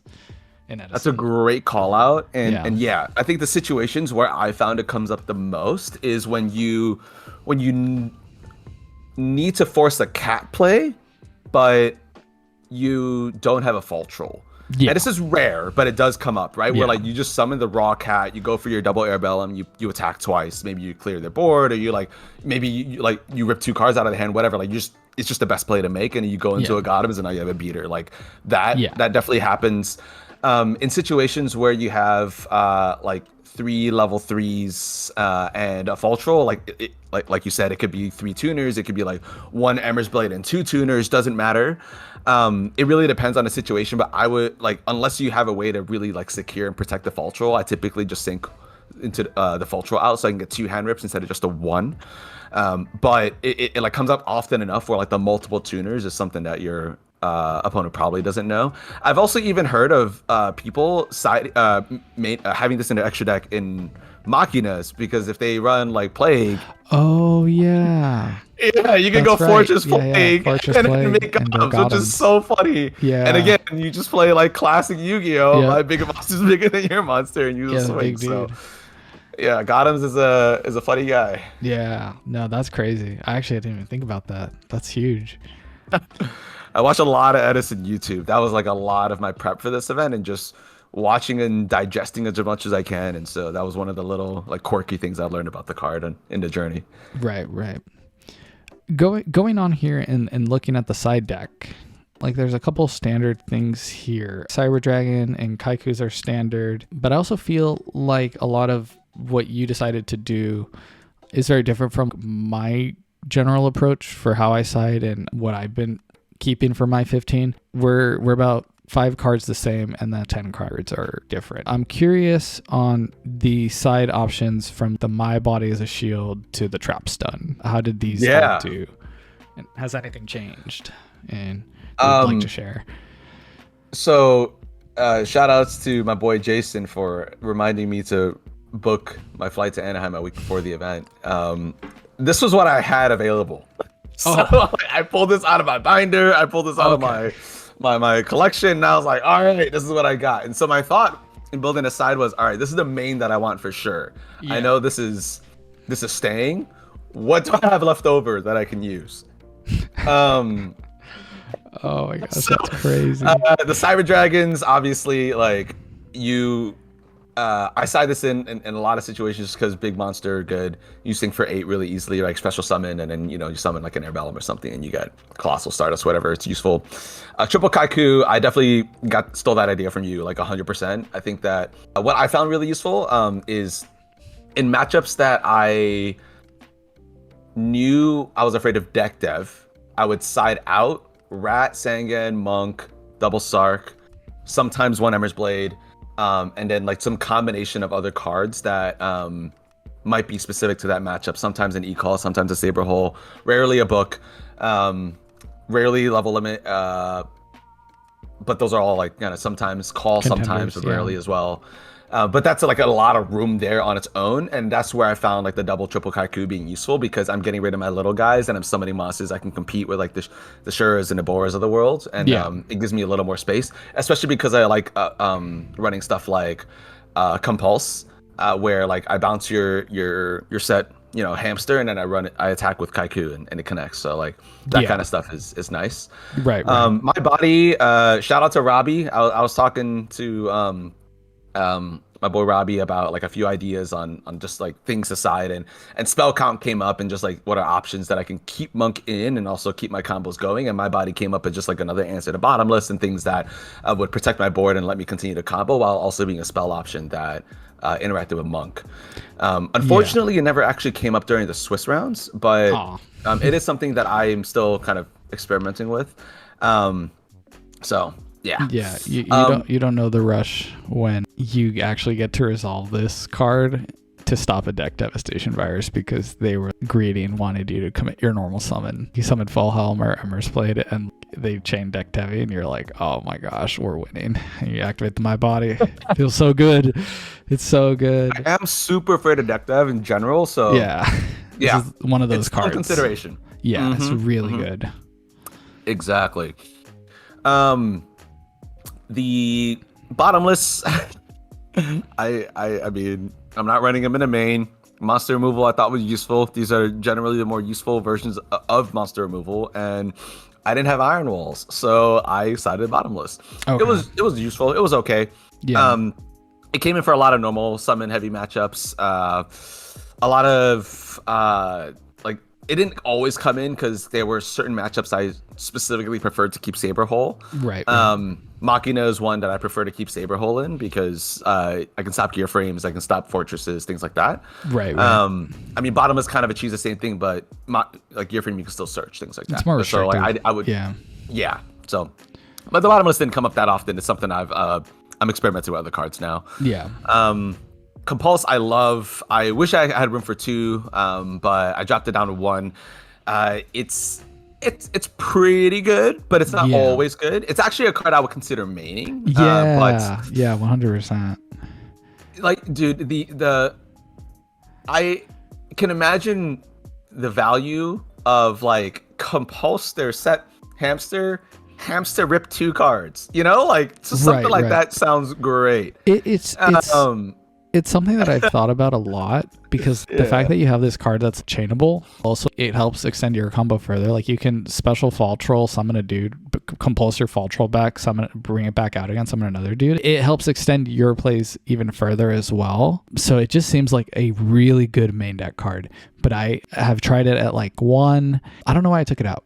Actually, I'm thinking about it now, but it is really good. Yeah, it meshes very well with this deck, which is just being very like fluid with its cards. You mentioned Compulse on Fultral. I definitely compulsed a Fultral that was getting bottomless. Oh my gosh, that's so good. Dude, the dude's face, he was like, oh my gosh, no. Who's running this card? Oh no.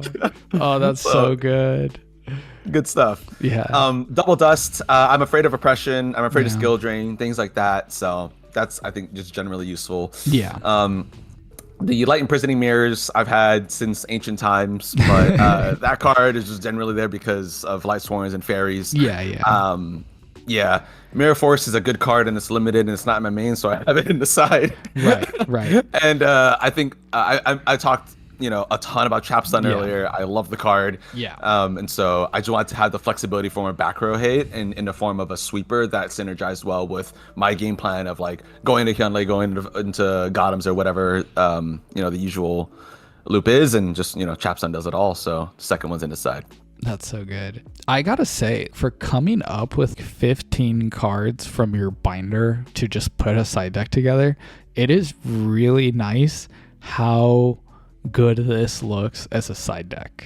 I'm actually really surprised with how you have a couple cards for everything, which is really hard to do when you're just like, oh, I'm at the event, I gotta put a side deck together. You just slap 15 cards together, you know what I mean? I can see cards in here that's like, oh, I'd put this in against frogs, and I'd put this in against Blackwings, and my control match, the like hero beat kind of stuff, right? It's really crazy. I'm actually really, really impressed. Thank you. I think where I found the most inspiration for the approach was recognizing how many top players would run rainbow side decks of just like a ton of one-ofs. And that made me realize if top players are doing this and able to get results consistently this way, then there's probably a reason for it. And I think that approach contributes directly to x-sabers. Like you mentioned, being a very combo focused deck and not having a ton of room in the main. That is something I think about a lot of, like, I don't want to take out too much of the core that makes the deck function and gets me to my combo as quickly as possible, while also having answers to those like weird situations and being able to side like just one copy of something. Like there were definitely a bunch of games where I would just side in like one Kaiku or just one Dust Tornado because like that's all I needed. And typically it was enough, right? So exactly. Yeah, I think you made a really good point there earlier, and that was kind of the approach that I took, just make sure I had like general answers to things with like generally good cards, but it wasn't anything that was like super targeted against any specific deck, with the exception of like maybe the Light Imprisoning Mirrors. This is something I want to talk about regarding the side. It is a very different paradigm from what I normally do. If you'll notice my side decks, I think I can actually pull one up here. I go for a lot more flooding. So I'll just try to essentially just flood, because I feel like if I have more turns, I can win the game because I'm trying to find puzzle pieces, which is why for me it's like I like to do the Thunder King because it's a decent flood against Black Whirlwind. It's a 1900 beat stick, so it survives deck Debbie, but it's trying to flood. Prohibition, I'm just trying to flood. Same with Iron Wall, Gravity Bind, and Phoenix Chains. All of these cards are all just very like, if it works, I'm gonna get more time here. I can play under these cards and I will cook you. Your paradigm gets more of like, I just want to deal with problems. I want to saber hole the problem away. I want to bottomless the problem away, to just be rid of these problems rather than this long form of stalling is the thing that I'm noticing in regards to, I think, how you play versus how I play. Yeah, I definitely enjoy the more aggressive play style. But it's got its downsides, when I'm testing Alex Chen's list with like 20 traps, I'm pretty sure I'm trolling because I just want to push, and then I run into something. I'm like, dang it! If I waited a turn or two and you let them play into me, then this would be a different story. And I think this it definitely suits my way of playing the game and wanting to have that aggression, but also being mindful of the big threats, namely deck dev. Like your list, you had two or three more spells, and that's very favorable for Monk, and it's also a much faster deck. And so I think, there's definitely. There's still room to explore the different ways to play Sabers, which I think is really cool. Yeah, definitely. So we'll keep testing and see what we're cooking. And speaking of testing, I do want to go ahead and try this deck out in a duel. Let's see if we can get a quick dub here on Edison Ranked. Sure. Let's do it. Before hopping in, were there any final thoughts on the deck list or anything else that you wanted to say on behalf of it? Or I've already talked about it, but obviously shout outs to you, Totogan, Alex Chen, Lois Strandberg, Felix from YCS Lille, James Wright, Keegan. There's a ton of people that I'm also not naming that have uploaded endless hours of like Saber gameplay from a local that I've never heard of in some county in the middle of Virginia or Nebraska or whatever, I don't know. And I actually watched those things, and I learned a lot from that gameplay and kind of understanding how to play more like optimally with this deck, and understanding what the different game states are when I didn't have a local. I only this week found, like I mentioned earlier, like some locals, and so before a lot of that was just watching people. And definitely want to shout out everyone that has helped teach me how to play Sabers and get me to this point. It's kind of crazy. So that's awesome, man. No, it is very endearing to hear, because that's all I was always trying to do, man. I was just trying to make stuff that showcases Sabers, because I feel like people just don't talk about it enough or play it enough, and I think there's just not enough content out there for people. So I just wanted to give my thoughts and stuff. So it's nice to see that someone listened and they found success. Look, it's real, guys. It's real. It's real. I just wish the saber hole wasn't so expensive. That's so silly. Yeah, if it's if really Konami, and this is gonna be, a call to action for everyone watching. If Konami does any more like voting posts on their Twitter, we gotta vote to get this reprinted in Stampede. Vote for or Saber something. Hole, quarter century. Vote rare, for Saber please. Hole. Yeah. Give us something so this stupid card isn't like more people should be able to play with the card. It's a fun card. I think it's cool. Yeah. I'm not saying it's like the best card in the deck or whatever, but I think I really enjoy It is a playing really with fun it. And I card to think more play. people should like have that opportunity. Yeah, So I the think it sucks that accessibility it's to it. expensive. All right, let's go ahead and hop into a duel here. So, All right, let's do it. And unlike the fish deck, I should be able to pilot this on my own without much problems. I think at the last video, Homom had the line already. He was like, yeah, this is the line. I'm like, wait, is it? How do you? There's no way, really? So that was really cool to see. All right, are you? What are RPS? What do you have a default? So we're playing x-saber, so you got to go X the scissors. Exactly, right? Every time. The scissors, right? Like your 100%, swords. bro. Oh, Dang it. darn rock. So Knock you were this down to talking. tier 1.5.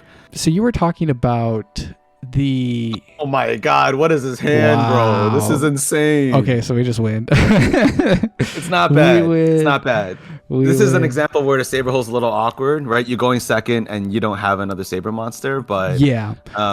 MST Full Troll Cat is pretty good. Yeah. Something I completely forgot to mention. The other way I was playing Saber Hole was 3 in the side for going first. Yeah. That was what I was trying out, which was it worked out pretty well. Mm-hmm. So let's see if we can get into main here. The thing I was gonna ask was you were saying that you're playing like 2011 on the DS to like practice. Yeah, so I would just like build these decks and then play against the CPU bots. And the nice thing about that was I could just practice my lines in an automated setting. Because like one of the hardest things about learning Edison format is the rulings and the interactions and chain links and the damage step and all the stuff. And it's a lot easier to learn that if you just let a game do it for you, right? Yeah. So like relearning how to make Duke Frog miss timing or how Raikou works or, like that, there are all these like weird little interactions with the cards. Like when Starlight Road doesn't special summon, being reminded of all that stuff, like the DS game helped a lot. And so it's 2011 and it's playing like Tengu era stuff. But I just have like the Edison ban list enabled. And I just play with that. So I still get destroyed by like random cards like Dark Hole is in a lot of the decks that the bots have. Yeah. But it's still a CPU. So like I'm not playing against a human being and it's bad, but at least I'm playing against like random things that'll like make my life harder that I have to learn how to play around. And those are the little things I thought about. The other thing is that it let me try out other decks that I would never be able to like normally play against or own. So like I learned, these are the basic frog combos, and this is probably what they have set. Oh, these are the basic Amaryllis combos, and these are the cards that I'll probably have set, or I should play around, or whatever. And so like a lot of my knowledge just became theoretical, and that was just based on like my understanding at a very elementary level of how to play those decks and simulators, but then also just practicing sabers as much as I could while watching a ton of content. So like in my free time, I would just play the DS game while watching like your multi-hour long videos in the background, or then like I'd watch like RBT online, or then I'd watch like Sack Phase and I Am Nerds, latest Rush Hour podcast episode, and in the background I would just keep playing on the DS. So that's how I practice. Yeah. That's so crazy. It's such an unconventional way because I feel like that game, you have to have it in today's time to even be able to attempt that, What? I love that game. It's great. What the fuck? I don't really know what you're playing against. I think just to like based on most of what you've done here, I would have probably done a lot of the same thing. But yeah, I feel like this hand kind of played itself. I think the one thing I was considering was like just waiting a turn. I think here it's just Gold Sarkany call. Was waiting a turn to set up a call for like an additional rip, but that just felt not worth it. Yeah. So I just said, fuck it. We ball. Yeah, you're like eons ahead, and call is pretty good here. Yeah. I probably would have gone safer and went for something like Brain Control or Trunade, but I agree that call is probably better because you have the e-call is better because you have the call. Yeah. Right. Like, that makes so much sense. It just converts any. I think the deck right now is like pretty filled of normals. It just Yeah, turns any that's normal true. to a pretty decent extender play. Do we want to do this? I don't think so. Oh god, no, there's no. This is why way. I'm so mixed on this card. This is There's so why no I'm so way. mixed on it. Like it's kind of Yeah. awkward here, isn't it? Yeah, it's pretty. If this was awkward. Cold Wave, it's not that bad. It's not as but- bad. Yeah. Yeah, I think we gotta play into the back row here. Go in, go ahead and punch. Oh man, this guy is not happy. He's struggling.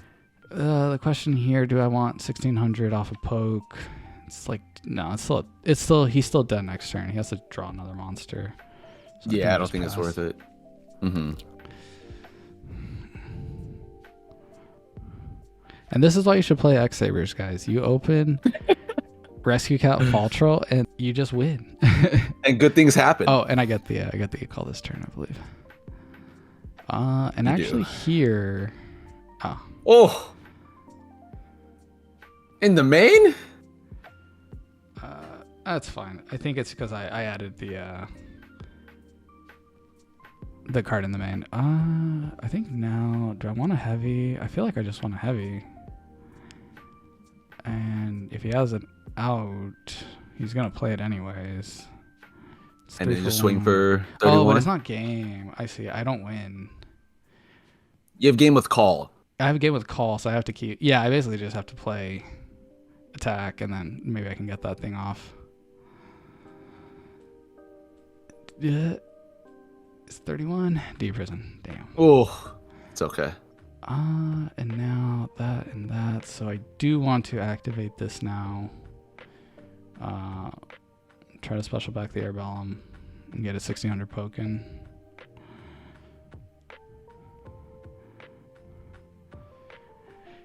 I'm like, we got to keep this Saber hole alive, I feel, so better. And then it just makes get the normal damage summon in. tough. Yeah. Yeah. Mhm. And then they draw Miracle Fusion, and I'm sad.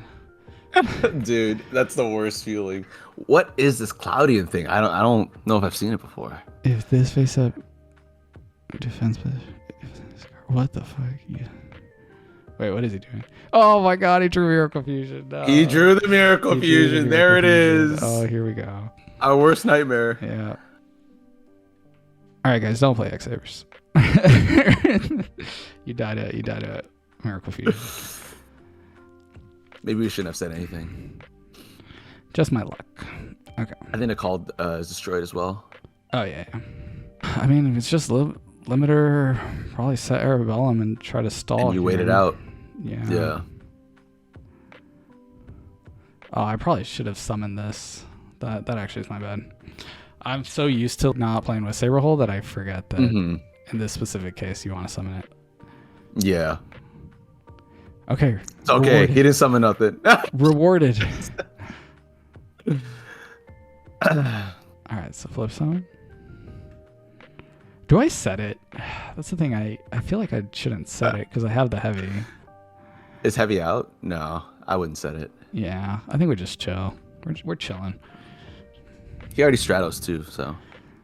But yeah, I love all of those DS games. I think they're super fun and they have a really good amount of replay value.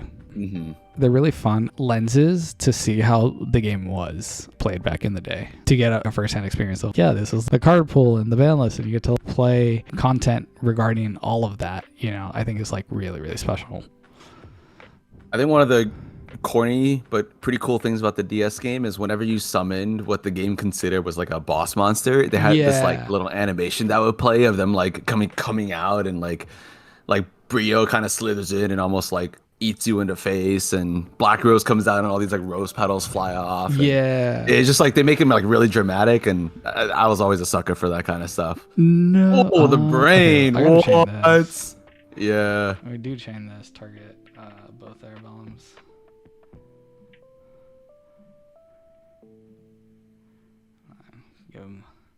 Give him the boy. They're super awesome. They're very nostalgic to me because I played a ton of those on the Game Boy and the DS. It's crazy. Yeah. And they got that new Attack. Switch game coming out that's like all the old ones. Yeah, I'm so excited. Is he crashing or? Okay, yeah. What? Oh, okay. So you traded brain for e-call. Nice. Cool. Oh, This is man. pretty rough. Yeah, this is not fun. That Mind Crush, dude, this deck's crazy. That Mind Crush Yeah, like actually hurt quite a it's like bit. you said earlier, you can't play around everything. Yeah. Okay. That's a card. I feel like it's set Amorous Blade, set Trapstun, and pass, and maybe we can find a way to like book. Like if we find book, we can book the 0 and bounce it so that we keep our board. And then we can use that to help set for some stun shenanigans. I think yeah. I think that makes sense. If he heavies here, then we lose the trap stun, which is kind of rough. But I think it's like negligible just because we have the heavy already. So it's like yeah. Oh, I'm my just thinking about like how he wants to get rid of a level limit and then what we lose as a result. This is okay. So here, I think I feel like I want to do it, or maybe I just attack into both of his monsters and then try it main phase 2 and see what happens. let's see. Let's try. I feel like one's a snowman eater, right? Maybe.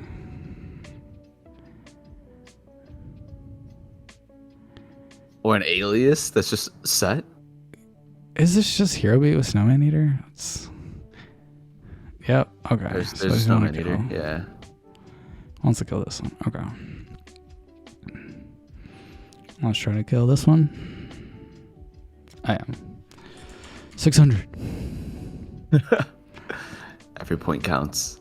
Every life point matters. Fishborg Blaster. What are you playing, man? Okay. I don't know. That's crazy. All right. Yeah, That's a great question. but yeah, I think it's worth it to try to poke over this thing, get rid of the slow man eater effect. I think there's a lot of cards here that can like open us up back to finding like the Brio line, and like book and bouncing this is like one of our few ways that we can actually deal with 0 without losing our board. Exactly. So we kind of have to play to it. Let's see what he's cooking. I forget. I don't know if this works in current or not. If you book it and then you bounce it back to the extra deck, I feel like it still triggers, but I'm not 100%. I don't play Modern. I didn't even know what the middle thing was called, so I'm the wrong person to ask. But the field set. to my knowledge, it works for my purposes. That's all I know. Yeah. It's like it does what we need it to do, which is like stop. Yeah. Mm-hmm. Okay. Well, we're chilling. We're just chilling. Maybe we'll draw another spell or trap and he'll like activate Dust Shoot. Like he'll set a Dust Shoot right now. He's looking for an out to level limit to just keep attacking because he knows we don't have anything else. Yeah. Or should anyway. What a deal. Okay. So now here we'll attempt to normal summon.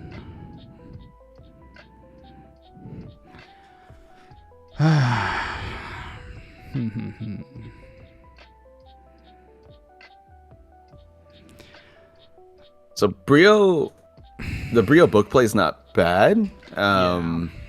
Could be a deep prison that we walk into, but I don't know if attacking over the Snowman Eater is worth it anyway. The downside would be if he's just holding on to another Miracle Fusion, and we have to hold on to another book for that. Yeah. I honestly am not liking it. I almost just kind of want to sit on these guys. Because I think Amorous Blade being able to crash in could be like pretty valuable if we can find it. Mm-hmm. And it keeps any Fultral draws live too, so yeah, that's another thing. We're gonna keep this as is. I think we're just gonna pass.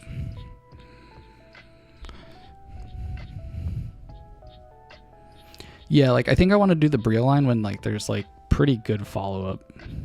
Mm-hmm. Oh my gosh, is that enough? Will that get us there? It's not bad, but there's no easy way to Ragigura, so yeah. This is kind of one of the downsides I feel of level limit. Mm-hmm. You don't get, and this is why I like Fiendish Chain, because it keeps it in attack, so I could just crash it and do it. Yeah, and you don't have to the, pass like 3-4 turns in a row. Yeah. Yeah. 6 cards in hand. What's he thinking? Like if this was round 1 of the Ultimate Time Wizard and this was my opponent, I'd be so in my head, like, of course I'm gonna lose to this guy playing Cloudians with his Diva Hero deck, and this is just my luck. It's always the random stuff that I don't know and I'm not prepared for, and we're losing. Okay, that's 17. Yes, that's fine. What's he doing with that? I think he just wants to attack my Arabellum, but this is great. It's a level 3. Yeah, this is great. But now you have an attack target. Yes, exactly. Okay, so now here, we definitely do it. Like, there's no way. Battle, attack. I'm just trying to think if there's any way to get out of. I think the general play I would go for is to crash and get a regular out, so I can get the Falchel and get a phase 2 loop going. The thought would just be, how do I do that? Okay, wait. Okay, we got some cool plays here actually. We're gonna go here. We're gonna go attack, take 400. Declare. What is the special out? It's probably just a Miracle Fusion set. This boy. Declare this effect. My play doesn't work because we're under level limit. Savage. Okay. That's fine. We still want to do this, right? Or do we wait? No, I think. What are you thinking? The e-call. I think you still to grab. I think it's just Ember's Blades, Arabellum. Right? It's not double Emmers. I'm trying to think if there's a reason why I want double Emmers. The reason I'd want. Oh, you want a tuner? Is if I want a book and then special back to get another monster. That gets you to get Full Helm. Hyunlei out, and Hyunlei can pop the. Well, you don't need to pop the level limit if you're just gonna go for the hand loop. I think it's worth it to get the Full Helm Knight. So. I think so too. So we're gonna do double. Double, and we're gonna attack in here, take 4. Declare this. Yeah, and then the question is do I want to attack book special back? Probably don't need to commit that as a resource. I think you're right. I think you have a hand loop if you do. Do we hand loop if we do? Yeah, I think so. All right. You're gonna walk me through this one. All right. Yeah. To attack. Yeah. The e-call's in the grave as well.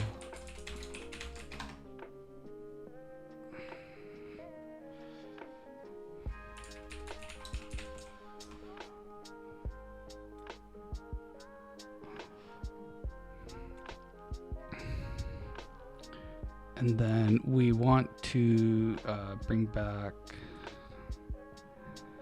Arabellum, or it doesn't matter, right? I don't think it matters. It doesn't matter. Ember's Blade is fine too. It doesn't matter because we want to make Brio first, and then we want to make Gothams. Okay, so step 1 here, we special this guy out, I'm guessing. Yeah. He's gonna go to the well.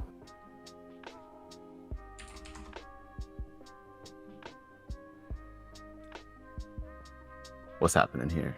I don't know. He's saying to wait. You went to M2, yeah.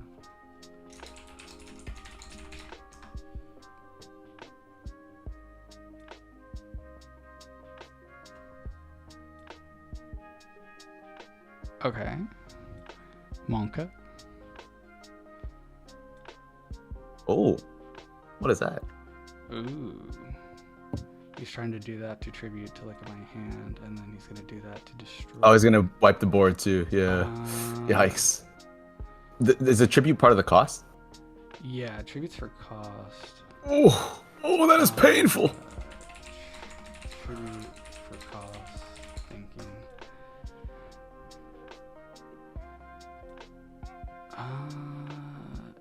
That's I have painful. to stun this, right? I think the hand. What does it do? It gets rid of the Fultrol? It's gonna look at my hand and rip a card out of it. Oh, I see. So this is actually really bad. That is incredibly. Yeah, that's pretty bad. rough. That's pretty rough. But no, I think I have to trap stun. I think I have to chain trap stun there. Yeah. I think I can't risk losing the other book or the heavy here. That's rough. Oh, I don't know if I've seen that card before. I think I've seen it in side lists, but Yeah. No, Aui's not too familiar insane. with it. Aui's a That's really, cool. really good That's card. cool. Yeah. I think was we were a not little short expecting Aoi. for the hand loop, but Damn. it's okay. But Yeah, I was not expecting Aoi. That is really good. The Fultrol. Yeah. Yeah, I wasn't expecting that either. Oh man, we're running out of gas. Yeah, this is looking rough. And we're out of e-calls. It's looking real rough. Oh no. These are like 6 cards in hand, 1 on the field. We're like pretty even on card advantage. Oh god. A worst nightmare. And it feels especially bad because we have a Saber hole set in 2 in our head.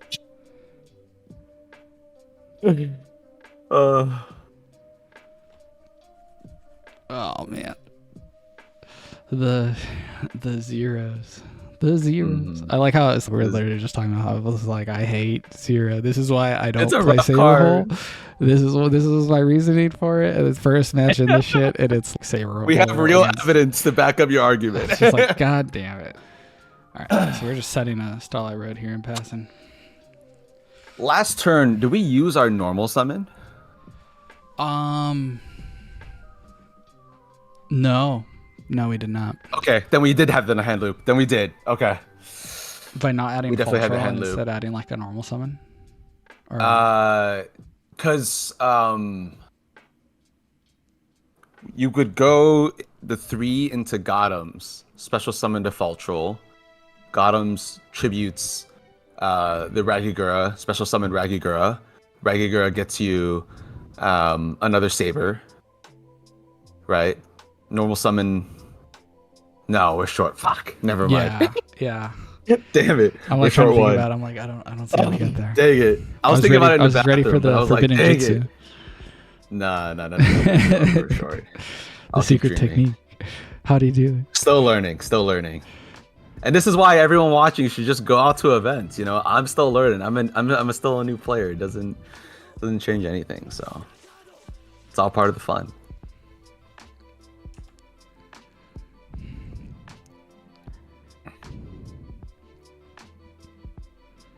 This is rough. Yeah, this is like the you've exploded, but you still haven't won like result, and you're just kind of like, man, what do I do? Yeah. And he's used 2 miracles, right? Usually they're on 3. Yeah. I wouldn't be surprised to see a 3rd one. Let's hope that games 2 and 3 go much quicker. Mm-hmm. But we'll see what happens. Yeah, really weird, very weird list. Like Fishborg, the Cloudian, the Aoi, the Mind Crush. It's like a the main deck version. Mind Crush. I was like, what the heck, dude? Yeah, it seems like, that kind of makes sense if you're running multiple copies of this trap card with like Trap Does Shoot, because like you're gonna be seeing their hand a lot, so you kind of can make pretty good calls. Mm-hmm. It's a cool deck. It's very, very neat. I'm trying to think if there's anything I can do with that. And How many like snowman needers does he have face down? Needs to be able to clear his face downs. See what he's got. I mean, if I had to guess, they're probably like snowmen. I think we gotta go for it though. Just gamble. Yeah. See if we find it. We got it. We hit. Get a second one. Yeah, right. Yeah. We'll take a second one here. We're Just greedy. Keep it going, yeah. We're greedy goblins. We need a win condition. Is that That's done? pretty good. Oh my gosh, declare. Why is he setting up? Holy I guess he's got 5 cards in hand, so. Yeah. Okay, and so now here I'm actually going to special Raggy and then do the Raggy effect to get Emrys Blade for follow-up. Mm-hmm. I think that's a solid choice here. Okay, now can I loop him? Colossal Armory Arm? No, like hand loop loop him? them. Special. I normaled this turn. I would have needed to summon the Emmer's Blade Not off of this that. turn, but next turn. Yeah. Okay, so we're kind of just chilling. You could also try to go for Colossal Armory Arm, but you need his thing in attack mode. Yeah, so it's not gonna like work out too well. 0. Nah, unless he gets rid of the absolute 0. But you need to get rid of a card this turn. So I think we just chill. We just chill. you're at 7. So you want to set Oh shit. a Saber hole probably because you don't mind losing that, right? Although then it clogs your board. Or you can I need just to discard. I do need to discard because I want to activate the. But the question is, what the? Oh yeah, discard yeah. here? I almost want to say I discard. Yeah, I'm just gonna discard the Saber. And reveal it. Yeah. Yeah, it's fine. I think it's fine. That at this point, like that information is really negligible. I feel. Yeah. Nothing else I would want to discard. Yeah, because I feel like on the following turn here, we'll True Nade. We can special the Fall Troll. Bring back level 6.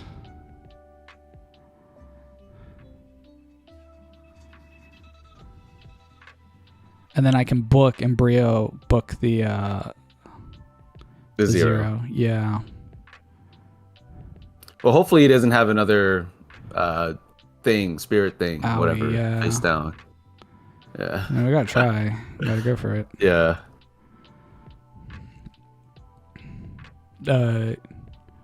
Okay. Sure. All right. That's pretty good. Oh. You added that back to your hand. Oh yeah. That's right. And then we'll book that. Yeah, we're so loaded right now. Yeah, So, there we go. so we special this, declare this. If you want to go for a hand loop, I would save that to bring back the Ragigura.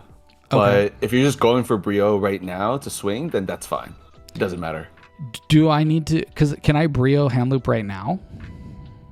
I can, right? No, isn't this normal you summon? summon the Ember's Blade, you sync 6, that's Brio, then Activate effect, resummon,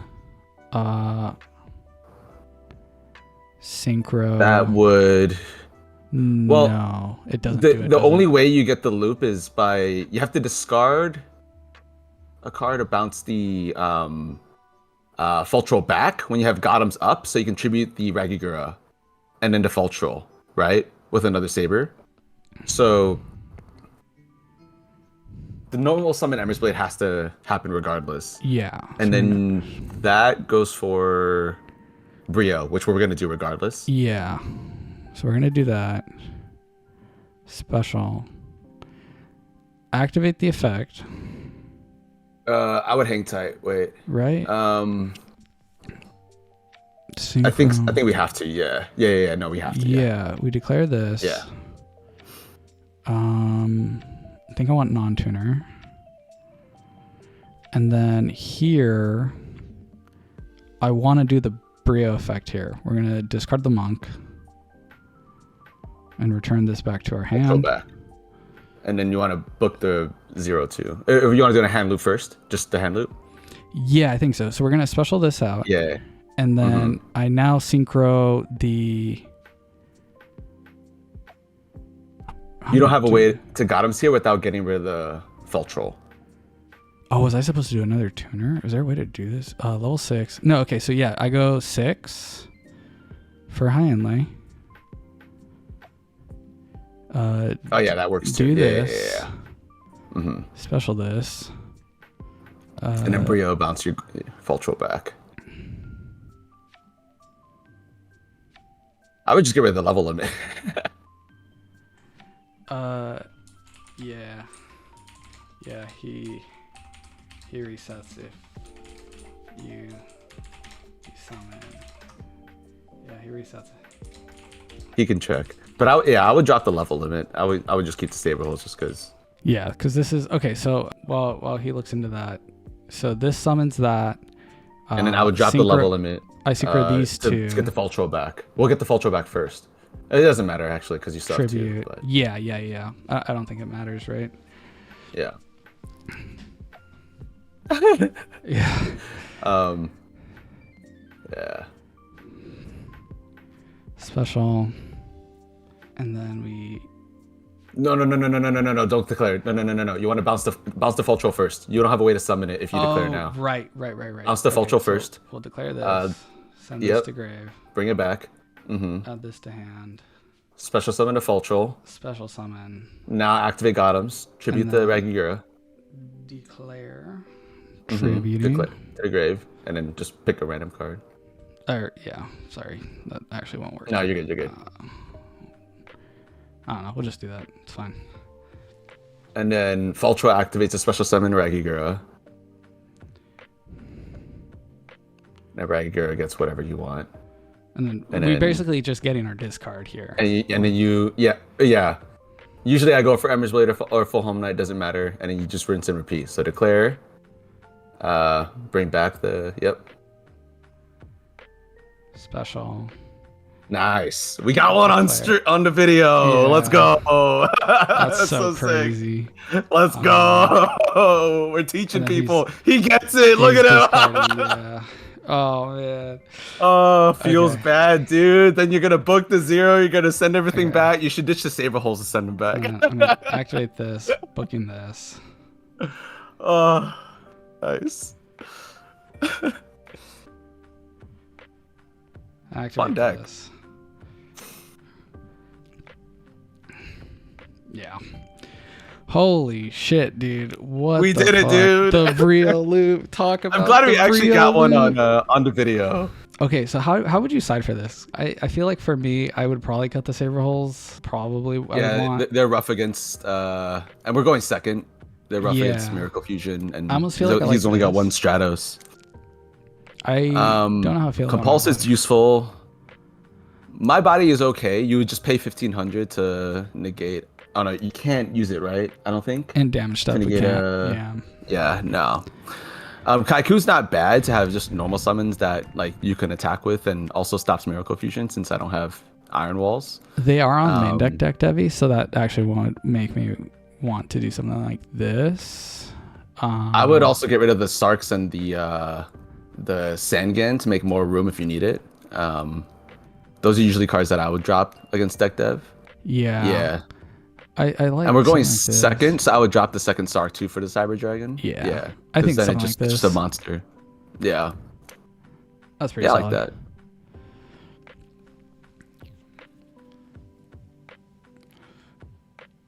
Wow, that was crazy. What a spicy game one, What dude. a crazy game. Yeah. I don't even know what this guy's playing, but that was fun. See, but you see, that's like one of those lines where it's like the Brio, understanding how the Brio works there, it's so easy to fuck it up. Like if I just did the Fultro too soon, I fuck it up. Like that's crazy. Okay. It's okay. Yeah, dude, it's so easy to mess up. Okay, so I think here, if I had to guess, that's probably like, I think we have to play the odds that's Snowman Eater, attack into it, and set Bottomless as the only monster, and if it dies, it dies. I think it's not worth risking like a Kai's coming down and taking a monster from us. Mm-hmm. Makes sense. Yeah.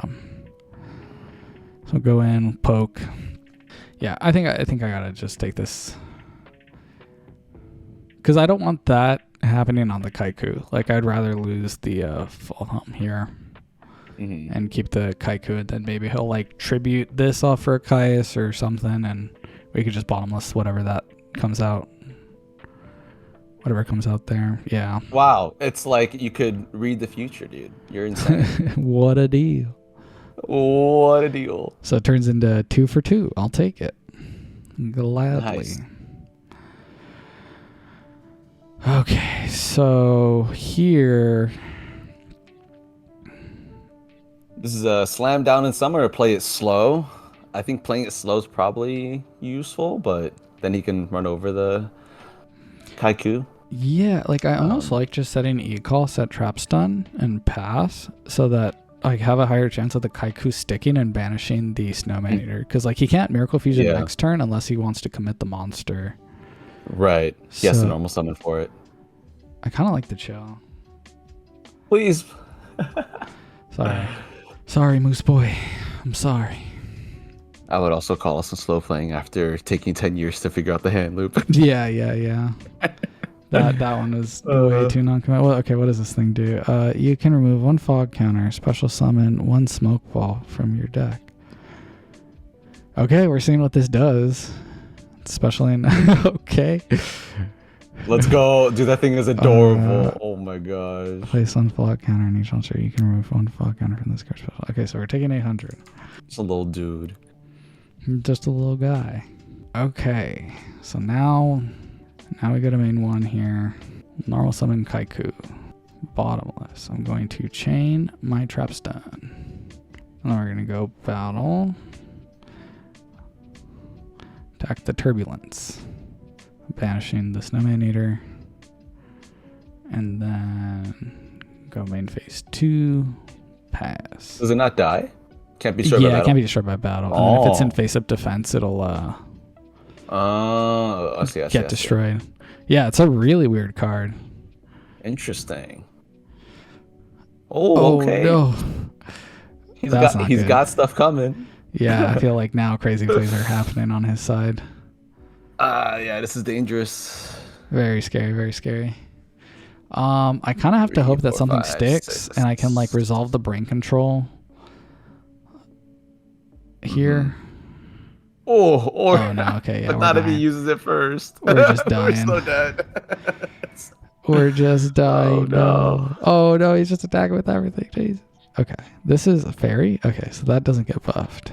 Why did he not put the little dude in attack mode? I don't know. Come on. Just commit. Come on. A little Cloudian. Yeah. Oh, he's so cute. Okay, 600. 800. 17. 18. There goes our full home night. Man, Unless this he one's even like we're cooked. Oh, he remembered. Yeah, this is rough. And probably synchro that. And then we stall with level limit. But we don't because this thing's level 3. He's keeping it on the field. The Gilman's level 3. The Gilman's so strong, dude. Oh, please let me take that Goyo. Please let me take that Goyo. That'd be kind of nice. That's a Gotham's. Oh, let me get away with it. That is actually hard to call. I almost wonder if I just want to set the Emerald Blade, activate level, and pass.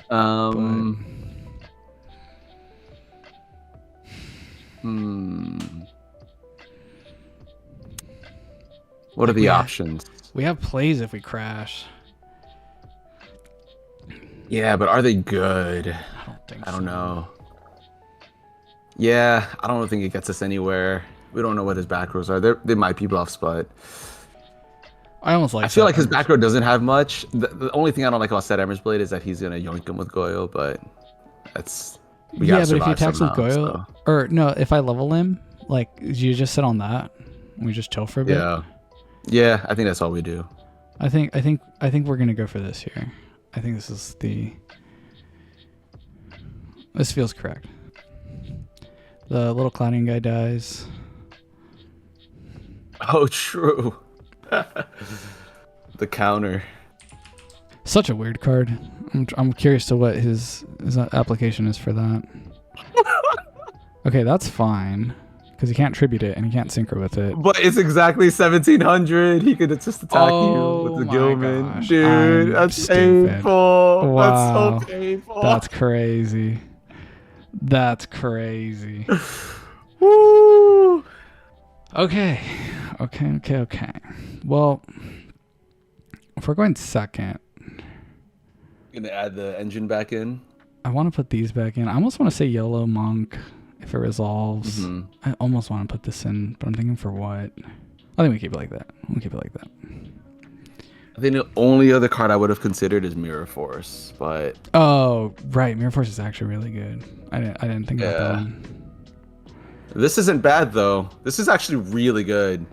Yeah, it's like this deck dev really, your bust, really good. We need to just activate this for Cat and we just Rage. go for Cat and wait. Yeah, wait and pray. Yeah. This hand plays itself. Banish. I don't set call, right? We just don't set it. Just wait. I leave it open. I don't play nothing. Yeah, I don't think it's worth to. We leave it as is. Here. Next turn, maybe summon full home knight. Probably summon full home knight, but depends on what monster they have. What they're doing. We'll see. Oh, like if it's this into Catastor. If it's this into Catastor, we're having a really good time. Yeah, that's crazy. We're having a great time. If it's this into Catastor, he has deck Devi. I would have to force it. I would have to mind control force the. That's true. Yeah. I do have to do that. That's fine. Yeah, I don't think that's a problem. That's kind of weird. This hand can weirdly play around deck Devi well. Yeah. In this specific situation, so 600, 17. Yeah, the call is our insurance plan. Yeah, that is such a nice insurance plan right here. Mm-hmm. He can't touch the rescue cat. He can't touch the rescue cat. We're so in. Oh, what the fuck? Oh, Android. All right, that's even better. Okay, bro. I'll take it. It tells me there's no deck Devi in my future. Yeah, he's got nothing. Wow, that's crazy. Oh, okay. Oh, okay. That makes a lot more sense. Okay. All right, man. He's just getting our hopes up. Come on. He's baiting us. Come on. He's like, look, it's the android. Just kidding. Just playing. He's like, nah, I'm just playing. DBUI. Okay, dude, that's a deck that under their shit. Oh my.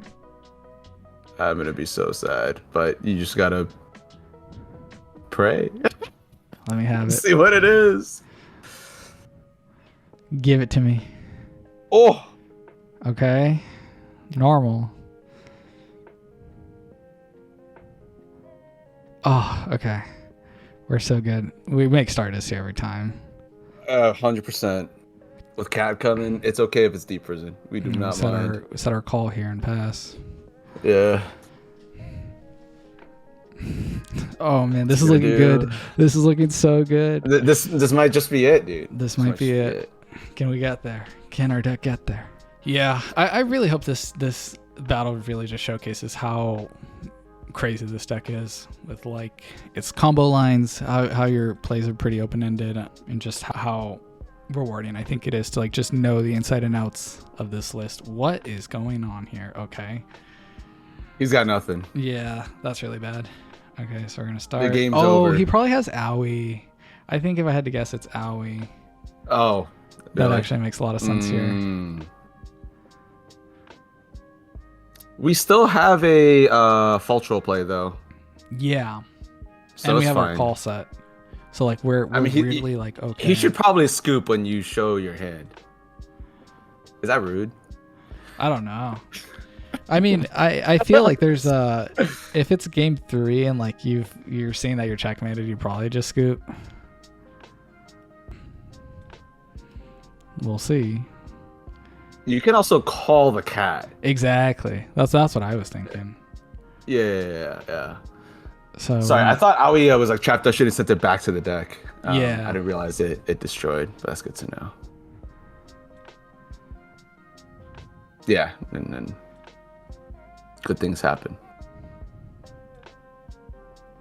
Oh man, yeah. I think this is wraps. Yeah.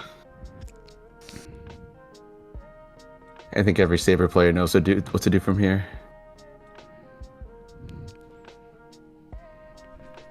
Trunade.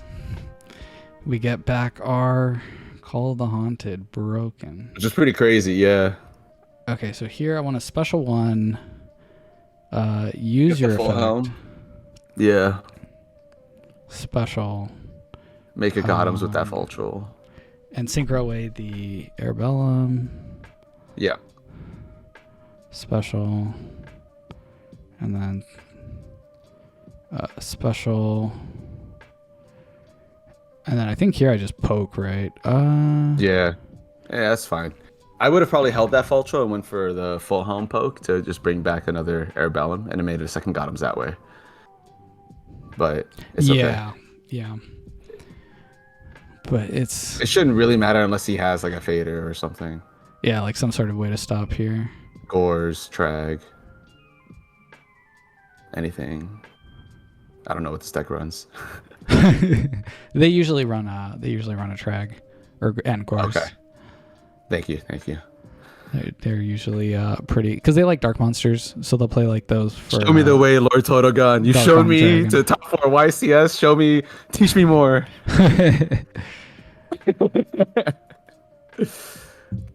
Gores, I'm guessing. Oh, him. Oh, I have no idea. Yeah, confused what he's trying to do. Wait, no. Okay. Just going for Gores. Okay. 25. And attack mode? And then we'll attack the. There we go. Attack this. I was gonna say that's brave. I'll go main 2. I mean, there's just like no way, right? We'll declare this. I don't think so. Get rid of this. Declare this. Bring back one of them. Declare this. Get rid of the last card. I think he's like, didn't you use that fall troll effect? Did not. I did not. Sorry, sir. Yeah, we just passed. This is... I don't know One how deck? it gets there. I'm trying to think. Yeah. Oh, Hey, man. you just left. No, I mean, Easy. you got hand looped and then we sacked them game 3. So yeah. I feel like those game 1 hand and the game 2 hand, the game 1 and game 3 hands were just unbeatable. Like that stuff was crazy. it seemed like he got tilted playing against level limit as well because he just sat there defensively. Yeah. He couldn't kill us. Yeah, that was crazy. Yeah. Alrighty. Well, Johnny, it's been super fun. Do you have any last shout outs before we end the video off here? Yeah, a lot of my homies in Chicago got me back into Edison. So, Eric, Jason, Chai, Gary, all of y'all, like, thanks for all the love and support. It's been fun. I'm gonna definitely continue to play, and I'm excited. So, I just started a new Twitter account as well, so you can follow me at Chama TCG, CHAMA TCG. Thank you, Totogon, for having me on. This is awesome. I'm not gonna lie, I was pretty excited when Homan first pulled me aside. I was like, yo, do you know who Totogon is? I'm like, who doesn't know who Totogon? What Saber player doesn't know who Totogon is? And I was like, hey, dude, there's no shot he wants to talk to some scrub like me. And I'm definitely still learning, but this was a lot of fun. Appreciate you having me on. Yeah, I'm excited to see where the deck goes and to keep playing. Yeah, man. No, it's I think anyone in the community that just wants to showcase this deck, I feel like my channel's like the one platform where it's like, hey, if anyone's interested in x-sabers, they'll probably come and click on a video. So there is no way, even if you went 7-2 and let's say you didn't make top 8, I'd still be like, dude, we gotta cover this because it's possible, it's real, and if we don't show people it's real, it won't happen, Yeah. So no, it's fun, and I'm excited to see more players playing Sabers, but also how the meta adapts to people learning how to play against Sabers and forcing people like you and me to step it up as well. So exactly, it's fun. It doesn't stop. With that though, Johnny and everyone else, it's been a fun time, guys. We'll catch you in the next one. Peace.